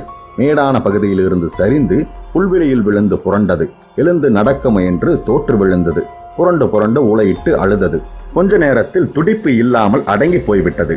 அது சரிந்து வந்து விழுந்த இடத்தின் மேல் பார்வையை ஓடவிட்டார். பார்வை நிலைத்தது. மரத்தில் சாய்த்து வைக்கப்பட்டிருந்த 2 துப்பாக்கி முனை அடையாளம் தெரிந்தது. பாதுகாவலர்களின் துப்பாக்கிகள். அந்த இடத்தை நோக்கி விறுவிறுவென்று நடந்தார். மூச்சு வாங்க அங்கே போன போது அவர்கள் தின்ற உணவு, வெள்ளித்தட்டுகள் ஆகியவை கிடந்தன. அதில் உணவு இன்னமும் மீதி இருந்தது. அதை தின்ற ஓர் அணிலும் ஒரு பூனையும் இறந்து கிடந்தன. காட்டில் அடித்து போகப்பட்ட ஆயிரக்கணக்கான எறும்புகள் இறந்து கிடந்தன. ஆனால் அவர்கள் இல்லை. மூச்சு இறைத்தது. இதயத்தின் படபடப்பு அதிகமாவதை உணர்ந்தார். அவர்களுக்கு நேர்ந்ததை நினைத்து பார்க்கவே நடுங்கினார். எங்கேதான் மறைந்து போயிருப்பார்கள் என்று யோசிக்கும் போதுதான் மனதிற்குள் அந்த வீரலட்சுமியின் உத்தரவு நிழலாடி மறையத் தொடங்கியது. குப் குப் என்ற புகையுடன் காண்டாமணி ஓசையுடன் அந்த பெர்ரி படகு கிளம்ப தயாராக இருந்தது. ஓடினார். தடுமாறி விழுந்து எழுந்து அவசரமாக ஓடியும் தாமதமாகிவிட்டது. பெர்ரி படகு இரும்பு கதவு பகுதியை கடந்து போய்கொண்டு இருந்தது. ஒரு வினாடிக்கும் குறைவான நேரத்தில் கண்ணில் பட்டது. அந்த வெள்ளை துணி போர்த்திய உடல்கள் உயரத்தை வைத்தே அடையாளம் கண்டுபிடித்து அலறினார். படகை நிறுத்துங்கடா, திருப்பு, படகை திருப்பு என்று கத்தினார். எதற்காக ராமஜெயம் என்று பின்னால் இருந்த குரல் வரவே திரும்பி பார்த்தார். 4 பேர் தூக்கிய அந்த நாற்காலி பல்லக்கில் ஆடையற்ற நிலையில் தலைமுடியினால் மார்புகளை மறைத்தவாறு கம்பீரமாக பார்த்தாள் வீரலட்சுமி. அவள் நெற்றி குங்குமத்தைப் போலவே கண்களும் சிவந்திருந்தன. விசிறி விமானம் ஒன்று வானத்தில் வட்டமிட்டவாறு இவர்களை நோட்டம் பார்த்து ஏங்கியது. விமானத்தில் பேசும் கருவி உரிமையதும் சசி எடுத்தான் அவசரமாக. உன் பெயர்தான் சசியா? ஆமாம், நாங்கள் பறக்கும் படையை சேர்ந்தவர்கள். காலையில் வாங்கி வந்த விமானம் இதுவரை திரும்பவில்லை என்று பறக்கும் மன்ற நிர்வாகிகள் கண்டனம் தெரிவித்திருக்கிறார்கள். விமானத்தை தேட எங்கள் உதவியை கேட்டார்கள். அதுதான் தேடி வந்தோம். என்ன கோளாரா? பேசும் கருவியை தட்டிவிட்டு பேசினான். பழுதாக்கி வைத்து இருக்கிறார்கள். சமயத்தில் இறக்கிவிட்டதால் ஆபத்து இல்லாமல் மிதக்கிறோம். ஆனாலும் நாங்கள் ஆபத்தில் இருப்பதாகத்தான் நினைக்கிறோம். எப்படி சொல்கிறீர்கள்? டிக் டிக் என்ற விபரீத ஓசை கேட்கிறது. வெடிகுண்டு வைத்து இருப்பார்கள் என்று சந்தேகப்படுகிறேன். கண்டுபிடிக்க முடியவில்லை. உதவுங்கள். நூலேணியை இறக்கி எங்களை காப்பாற்றுங்கள். விமானம் மேலேறி சென்று அந்தரத்தில் நின்றது. அது தொங்கவிட்ட நூலேணி இவர்கள் மேல் வந்து விழவே அவசரமாக இயங்கினார்கள். தொற்றிக்கொண்டு ஏறத் தொடங்கினார்கள். எதற்காக படகை திருப்ப வேண்டும் ராமஜெயம்? நான் பார்க்க வேண்டும். அந்த உடல்கள் என் மெய்காப்பாளர்களோ என்று சந்தேகப்படுகிறேன். சந்தேகமே வேண்டாம், அவர்களுடையதேதான். அதிர்ந்தார் ராமஜெயம். அந்நியர்கள் எப்படி தீவிற்குள் வர அனுமதி இல்லையோ அப்படியே தீவை விட்டு போகவும் அனுமதி இல்லை. உற்று பார்த்து விட்டு சொன்னாள். ராமஜெயம், நீயும் இதற்கு விதிவிலக்கல்ல. பயத்தால் ஓரடி பின்வாங்கி பின்னங்காலில் கல் ஒன்று தடுக்கவே மல்லாந்து சரிந்தார் ராமஜெயம். வாய்விட்டு அடக்கமாக சிரித்தாள் வீரலட்சுமி. முட்டாளே, இந்த வீரலட்சுமிக்கு இரக்கம் அதிகம். உன் கடைசி ஆசையை நிறைவேற்றுவேன். எந்த அருவருப்பான ஆசையால் இந்த தீவிற்கு வந்தாயோ அந்த கன்னி பூஜையை பார்த்த பிறகே நீ சாகலாம். அது அவ்வளவு சுலபமில்லை வீரலட்சுமி. நான் இங்க வந்தது, நீ என்னோட பேசுனது எல்லாமே புகைப்படங்களாகவும் ஒளிப்பதிவு நாடாவாகவும் எப்போதோ இந்த தீவை விட்டு வெளியேறி விட்டன. ஒரு புழுவை போல பார்த்தார். நான் உயிரோடு திரும்பவில்லை என்றால் உனக்குத்தான், உன் உயிருக்குத்தான் ஆபத்து. போலீஸ் வந்து உன்னை கொண்டு போய் கோர்ட்டில் நிறுத்தும். முழுக்க அவமானப்படுத்தப்படுவாய். ஆஹா, அலட்சியமாக பார்த்தார். இந்த வீரலட்சுமியை தண்டிக்க யாராலும் முடியாது. இயற்கையின் சாவு அல்லது தற்கொலை, இதை விட்டால் யாரும் என் உயிரை பறிக்க முடியாது. எழுந்து நின்றவரை பார்த்து அலட்சியமாக சிரித்தாள். நீ சொல்லுவது அந்த பெண்ணையும் பையனையும் தானே? அவர்கள் இந்த தீவை விட்டு தப்பிப்போக முடியாது. அப்படியே போனாலும் அவர்கள் விமானம் பறக்கத் தொடங்கி கொஞ்ச நேரத்தில் வெடிகுண்டால் சிதறிவிடும். ஆமாம், அவர்களுக்கு கொலை முகூர்த்தம் நிர்ணயித்து விட்டேன். இன்னும் கொஞ்ச நேரத்தில் வெடித்து சிதறப்போகும் அந்த விமானத்தோடு நீ சொன்ன புகைப்படங்களும் ஒளிப்பதிவு நாடாக்களும் சேர்ந்தே அழியும். அதற்கு பிறகு சுட்டி காட்டினால் அவரை உன்னை காப்பாற்ற ஆண்டவனாலும் முடியாது. அவள் சொல்லும் போதே மதில் சுவருக்கு அப்பால் குண்டு வெடித்து பெரும் ஓசையுடன் பெரிய நெருப்புடன் விமான பாகங்கள் சிதறி விழுவது தெரிந்தது. தீர்ந்தது கணக்கு. வீரலட்சுமி சிரித்தாள். அட்டகாசமாக மகிழ்ந்து சிரித்தாள். முட்டாள் குழந்தைகள், இந்த வீரலட்சுமியின் மகிமை தெரியாத அற்ப மனிதர்கள். எனக்கு சொந்தமான இந்த தீவு புனிதமானது. அந்நிய மனிதர்களின் பாதங்கள் பதிந்தால் அவர்களின் இரத்தத்தினாலேயே தூய்மைப்படுத்தப்படும். அந்நியர்கள், அது யாராக இருந்தாலும் சரி, அவர்களை அடியோடு அழிப்பதுதான் எங்கள் புனிதத்திற்கு பாதுகாப்பு. இந்த பெரும் எல்லை சுவரை தாண்டி ரகசியங்கள் போகக்கூடாது. போகவும் விடமாட்டேன். அப்போது ஓசை கேட்டு அண்ணாந்து பார்த்தாள். விசிறி விமானம் ஒன்று தாழ பறந்தது. மேலேறி வளைந்து நெளிந்து இவர்களை சுற்றியது. உள்ளே தெரிந்த உருவங்களைக் கண்டதும் மருண்டாள். சசியும் வசந்தியும் ஹலோ என்றார்கள் கிண்டலாக. ரொம்ப குதிக்காதே வசந்தி, கதவு வேற இல்ல, விழுந்துடுவ என்ற சசியின் அறிவுரை அவள் வலக்காது வழியாக நுழைந்து இடக்காது வழியாக வெளியேறி போவது துல்லியமாக தெரிந்தது. அவன் இடுப்பு பையிலிருந்து பிலிம் ரோலையும் கேசட்டையும் எடுத்து வீரலட்சுமிக்கு காட்டினாள். ஏய் பாட்டி, இது என்ன தெரியுமா? உனக்கு முடிவு தேடித்தர்ற சாட்சியங்கள். ஏற்கனவே காலையிலேயே நீ ஆளை எரிச்சதை போட்டோ எடுத்து அதை எல்லா பத்திரிகைகளுக்கும் அனுப்பிச்சாச்சு. இப்போ உன் குரலோடு சேர்ந்த சாட்சியம். நீயும் ஒளிஞ்சேடி பாட்டி என்றாள் வசந்தி. ஆவேசமே வந்தது வீரலட்சுமிக்கு. போய் பிடியுங்கள் அவர்களை. பல்லக்கை இறக்கி வைத்த ஆட்கள் நெருங்குவதற்குள் விசிறி விமானம் ஆளுயரத்துக்கு மேலே போய்விட்டது. சசி, நீ போய் வேலைகளை பார். நான் இங்கேயே தங்கி பாட்டியோட நடவடிக்கைகளை கவனிச்சுக்கிறேன்.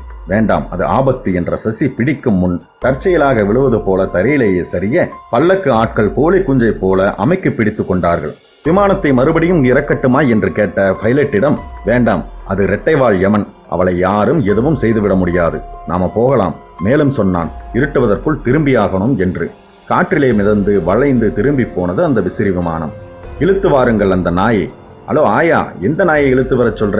எந்த நாயும் இப்படி மினிஸ்கட் துணியோட நிக்காது தெரியுமா என்றாள் வசந்தி. திமிர் பிடிச்சவளை, உன் திமிரை அடக்கிறேன் பார். இன்றைய கன்னி பூஜைக்கு நீதான் கன்னி. ஆமாம், உனக்கு கொலை முகூர்த்தம் நிர்ணயிக்கப்பட்டு விட்டது என்றாள் வீரலட்சுமி. அத்தியாயம் 12. கமிஷனரை பார்க்கணும். முதல்வரை பார்க்க போயிருக்கிறார். திரும்ப கொஞ்ச நேரமாகும். காத்திருந்து பொறுமை இழந்த சசி கிளம்பினான். வா ராபர்ட், கோட்டைக்கே போகலாம். இருட்டுறதுக்கு முன்னாடி எப்படியும் அங்கே போயாகணும். இல்லைனா மேலும் சில கொலைகள் நடந்துடும். அவர்களின் பேச்சில் உதவி கமிஷனருக்கு ஒரு சுவை வரவே, என்ன விஷயம், நான் உதவலாமா என்றார். சொன்னார்கள், அந்த தீவு மாநில அரசு கட்டுப்பாட்டில் இல்லை, மத்திய அரசு சம்பந்தப்பட்ட விஷயம். டில்லி போக வேண்டும். அதற்கெல்லாம் நேரமில்லை சார். ஐஜியிடம் சொல்லி அவரை விட்டே டில்லியுடன் தொடர்பு கொள்ள சொல்ல முடியுமா? முடியும்னு நினைக்கிறேன். பாதுகாப்பு மந்திரியோட அனுமதியின் பேரிலே அவசர நடவடிக்கை எடுக்க சட்டத்திலே வழி இருக்குன்னு நினைக்கிறேன். அவசரமாக கிளம்பி வெளியே வந்து கார் பிடித்து போனார்கள். கண்ணாஸ்பத்திரியை பின்னுக்கு தள்ளிவிட்டு இளமை கும்பல் நின்ற ஸ்டேடியத்தை தொட்டு திரும்பி அண்ணா சாலையில் ஒடிந்து திரும்பி ஸ்பென்சரை பற்றி நினைக்கும் முன் கூட்டமாக 1000 விளக்கு வந்து போயிற்று. அண்ணா பாலத்தின் ஓரத்தில் ஒடுங்கி முன்னேறி இடப்பக்கம் திரும்பி நெடுஞ்சாலையில் பறக்கும் போது மியூசிக் அகாடமியை நெருங்கும் போதுதான் அந்த சந்தேகம் வந்தது சசிக்கு. அவசரமாக பேண்ட் பையை சோதித்து பார்த்தான். என்ன என்று விமான நண்பரை சங்கடமாக பார்த்து பின் கார் டிரைவரிடம் சொன்னான். திரும்பி விமான நிலையத்திற்கே போய்விடு. ஏன் நண்பனே? படச்சுருளும் ஒளிப்பதிவு நாடாவும் அங்கே தீவில் அவளோடு போய்விட்டன. அதே நேரத்தில் தீவில் பூஜை தொடங்கப் போகிறது. குறிப்பிட்ட நேரத்திற்கு முன்பாகவே தொடங்கப் போகிறது. குழந்தைகளே, என் குழந்தைகளே, என் குழந்தைகளே. வீரலட்சுமியின் குரல் ஒளிபெருக்கியில் கம்பீரமாக ஒலித்தது. இன்று இரவு ஏதோ விபரீதம் நிகழப்போவதாக என் மனதில் படுகிறது. உங்கள் அமைதியை, உங்கள் நிலைமையை குலைக்கும் ஏதோ நிகழத்தான் போகிறதோ. இதோ நிற்கும் இந்த அந்நியர்களால் இந்த தீவின் சொர்க்க வழிச்சோலையின் ரகசியங்கள் வெளியுலகத்திற்கு போகுமோ என்று பயப்படுகிறேன். கூடாது கூடாது ஒரே குரலில் கத்தினார்கள். எங்களுக்கு இந்த சொர்க்கம் வேண்டும், விட்டுக் கொடுக்க மாட்டோம், கொல்லுங்கள், எதிரிகளை கொல்லுங்கள் என்றார்கள். அமைதியாக இருங்கள், அவர்களை விட அவர்களின் தடயங்களை அழிக்க வேண்டும். இதோ புகைப்படச் சுருள், பிரித்து வெளிச்சத்தில் காட்டினாள். வீணாகிவிட்டது. குரல் ஒளிப்பதிவு நாடாவை எரிக்கிறேன். குங்குலியும் புகையும் தீச்சட்டிக்குள் நாடாவை திணிக்க வினோதமாக வாசம் வந்தது. அழிந்தது. எமது ரகசியங்களை வெளியுலகத்திற்கு கொண்டு போக பார்த்த முட்டாள்களே, என்றும் எதிலும் வெல்லுபவள் இந்த வீரலட்சுமி. நினைச்சிட்டு வசந்தி சொன்னாள். இந்த தடயம் போனால் என்ன? காலையில் ஒரு ஆளை எரிச்சியே அந்த புகைப்படம் எடுத்து செய்தியோட அரசாங்க செய்தி பிரிவுக்கும் பத்திரிகைகளுக்கும் காலையிலேயே போயிருச்சு. உன்னையும் உன் தீவையும் வளைக்க என் காதலன் போலீஸோடு வருவான் என்றாள் வசந்தி. உடனே ராமஜெயம் சொன்னார். வீரலட்சுமி, உன் கதை முடிந்து விட்டது. இன்னும் சில மணி நேரத்திற்குள் நீ கைது ஆவாய். கொள்வேன், உங்களை கொள்வேன் என்றாள் வீரலட்சுமி. அதனால் மட்டும் நீ தப்பிவிட முடியாது. நீதிமன்றம் தரும் குற்றச்சாட்டு பட்டியலில் இன்னும் 2 கொலைகள் சேரும். அவ்வளவுதான். என்னை தண்டிக்கவோ விசாரிக்கவோ உங்கள் நீதிமன்றங்களினால் முடியாது. என்னை நம்பும் இந்த குழந்தைகள் இருக்கும் வரை யாரும் என்னை நெருங்க முடியாது. குழந்தைகளே, என் மேல் உள்ள நம்பிக்கையை மீண்டும் ஒருவரை நிரூபித்து காட்டுங்கள். ஆர்வமாக கேட்டார்கள். எப்படி? நம் ஒற்றுமை இந்த அந்நியர்களுக்கு நிரூபிக்கப்பட வேண்டும். நாம் வாழ்விலும் சாவிலும் ஒன்று என்பதை அன்று போல் இன்றும் நீங்கள் நிரூபித்து காட்ட வேண்டும். 2 பேர் கொண்டு வந்து வைத்த வெள்ளி அண்டாவில் பானகம் இருந்தது. கன்னி பூஜையில் படைக்கப்படும் இந்த பானகத்தில் பயங்கர சைனட் விஷத்தை இதோ கலக்குகிறேன். குடிப்பீர்களா? உங்கள் குழந்தைகளுக்கும் புகட்டுவீர்களா? நிச்சயம் குடிப்போம், புகட்டுவோம் என்றது கூட்டம். உயர்த்தி காட்டிய நஞ்சு புட்டியை பானகத்தில் கொட்டினாள். கரண்டியால் கலக்கினாள். முகத்தில் எந்த மாறுதலுமின்றி ஆர்வமாக நெருங்கி வந்தார்கள். சோதனை வேதனைகளுக்கு அப்பாற்பட்டவர்களாக நாங்கள் அன்னை நீங்கள் காட்டும் பாதையில் கண்மூடி நடக்க காத்திருக்கிறோம் தாயே என்றார்கள். குழந்தைகளே, என் குழந்தைகளே, நீங்கள் இருப்பதையும் இறப்பதையும் தீர்மானிப்பவள் நான். உங்கள் தங்க கோப்பைகளை கொண்டு வாருங்கள்.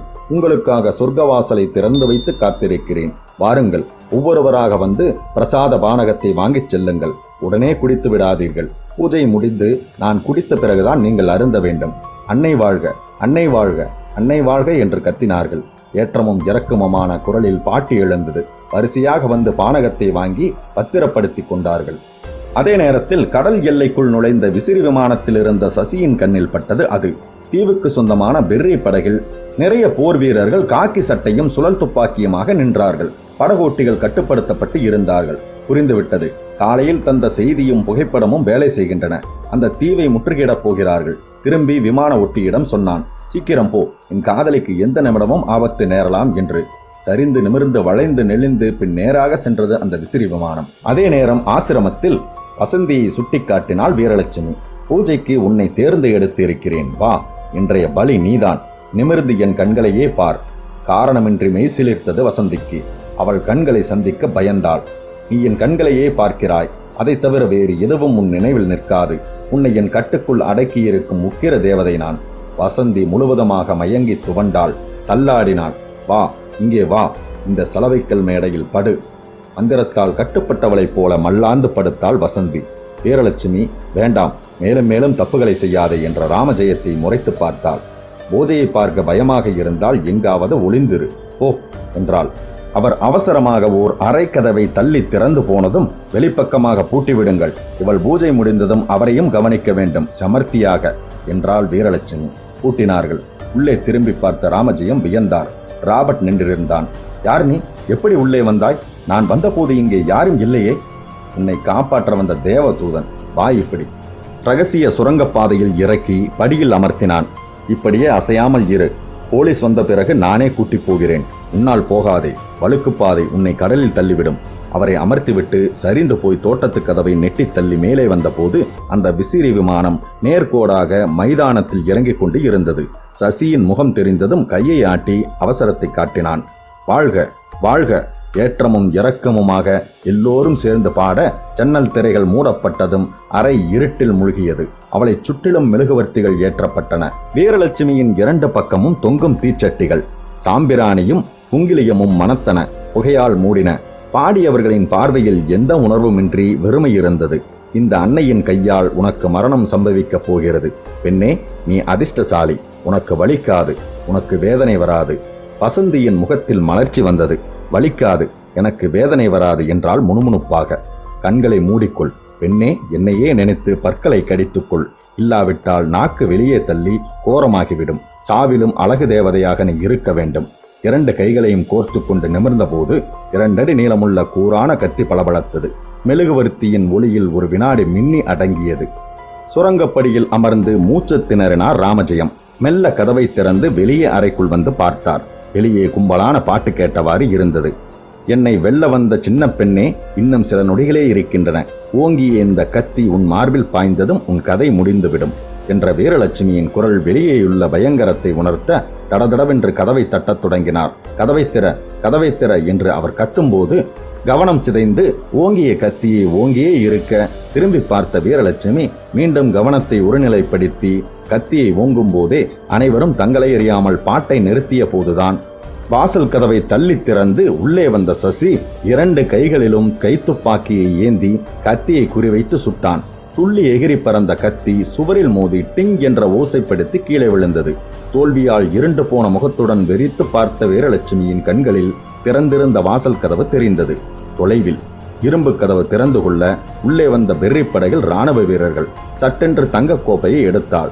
எனக்கு யாராலும் தண்டனை தர முடியாது, என்னை கைது செய்ய யாராலும் முடியாது. கோப்பையை உயர்த்தி காட்டினாள். குழந்தைகளே, என் செல்வங்களே, பிரசாதம் அருந்தும் நேரம் வந்துவிட்டது. குடியுங்கள், என்னோடு பயணம் வர தயாராகுங்கள். ஒரே மடக்கில் குடித்து வைத்தாள். கதவுக்கு பின்னால் ராமஜெயம் அலறினார். குடிக்காதீர்கள், அது விஷம் விஷம் என்று கத்தினார். சசி ஓடிப்போய் கதவை திறந்துவிட வெளியே வந்த ராமஜெயம் அலறினார். அவர்களை குடிக்க விடாதீர்கள், கோப்பைகளை பிடுங்கி எரியுங்கள் என்றார். வெளிரிப்போன அடியவர் கூட்டம் பாடியது. வாழ்க வாழ்க வாழ்க. தங்க அரியணையில் கம்பீரமாக அமர்ந்து கொண்டாள் வீரலட்சுமி. மேடையில் மல்லாந்திருந்த வசந்தி மயக்கம் தெளிந்து எழுந்து கிழிந்த சட்டையால் மார்பை மூட முயலும் போது கரகரப்பான குரலில் சிரித்தாள் வீரலட்சுமி. இந்த தீவை வேண்டுமானால் நீங்கள் பிடுங்க முடியும். என் பக்தி சாம்ராஜ்யத்தை இடம் மாற்றி என் செல்வ சீட குழந்தைகளோடு தொலைதூரம் பயணம் போகிறேன். அவள் தொலைதூர பயணம் என்றாளா அல்லது கொலைதூர பயணம் என்றாளா என்பதை இவர்கள் தீர்மானிக்கும் முன் வெளியிலிருந்து கேட்ட பாடல் சட்டென்று நின்றது. தங்க அரியணையில் அமர்ந்தவாறு பிணமாக நிலையிலும் அந்த வீரலட்சுமியின் உருவத்தில் ஒரு கம்பீரம் இருந்தது. வெளியேறி நடந்த போது வழியெல்லாம் பிணங்கள். மைதானத்தில் கவிழ்ந்தும் மல்லாந்தும் கோணலாக திருகியும் கிடந்தன. நடந்தார்கள். மிருதங்கங்கள் காற்றில் உருண்டன. காதல் அணைப்பில் இறந்து கிடந்தது ஒரு ஜோடி. தாயின் மார்பில் பால் குடித்த நிலையிலேயே 2 பேரும் சவமாகி இருந்தார்கள். ராமஜெயம் சொன்னார், பரிதாபத்திற்கு உரியவர்கள் என்று. அவரும் ராபர்ட்டும் விசிறி விமானத்தில் பின்பக்கம் ஏறிக்கொள்ள வசந்தியும் சசியும் முன்னாள் ஓட்டுநர் அருகில் அமர்ந்து கண்ணீருடன் பார்க்க பிணங்கள் பிணங்கள் பிணங்கள். விசிறி விமானம் நேர்கோடாக வானை நோக்கி உயர்ந்தது. வளைந்து நெளிந்து பின் நேராக பறந்தது சென்னையை நோக்கி. முற்றும். அன்பிற்கினிய நேயர்களே, உங்களுக்கு இந்த கதை பிடிச்சிருந்ததா? என்னோட குரல் மற்றும் கதை சொன்ன விதம் எப்படி இருந்ததுன்னு உங்களோட கருத்துக்களை தவறாம கமெண்ட் பாக்ஸில் கமெண்ட் பண்ணுங்க. மறக்காம ஒரு லைக்கும் தட்டி விடுங்க. அதோட உங்களை மாதிரியே கதையை விரும்பக்கூடிய உங்க நண்பர்களுக்கும் இந்த கதையை ஷேர் பண்ணுங்க. நீங்க ஒரு வேளை நம்ம சேனலை சப்ஸ்கிரைப் பண்ணாம இருந்தீங்கன்னா உடனே சப்ஸ்கிரைப் பண்ணிட்டு நோட்டிபிகேஷனையும் ஆன் பண்ணிக்கோங்க. கதை கேட்டுட்டு சப்ஸ்கிரைப் பண்ணாம போற நண்பர்களுக்கு ஒரு விஷயத்தை நான் சொல்லிக்க விரும்புறேன். ஒவ்வொரு ஆடியோ புக்கு பின்னாடியும் பல மணி நேர உழைப்பு இருக்கு. அந்த உழைப்புக்கான அங்கீகாரம் தான் நீங்க நம்ம சேனலை சப்ஸ்கிரைப் பண்றதும் உங்க லைக், ஷேர்ஸ் மற்றும் கமெண்ட். இது மட்டும்தாங்க. இந்த விஷயங்களை நீங்க ஏத்துக்கிட்டீங்கன்னா கண்டிப்பா சப்ஸ்கிரைப் பண்ணுவீங்கன்னு நான் நினைக்கிறேன். ஓகே, மற்றும் இன்னொரு அருமையான கதையோட உங்களை நான் சந்திக்கிறேன். உங்களிடமிருந்து விடைபெறுவது உங்கள் கார்த்திகேயன்.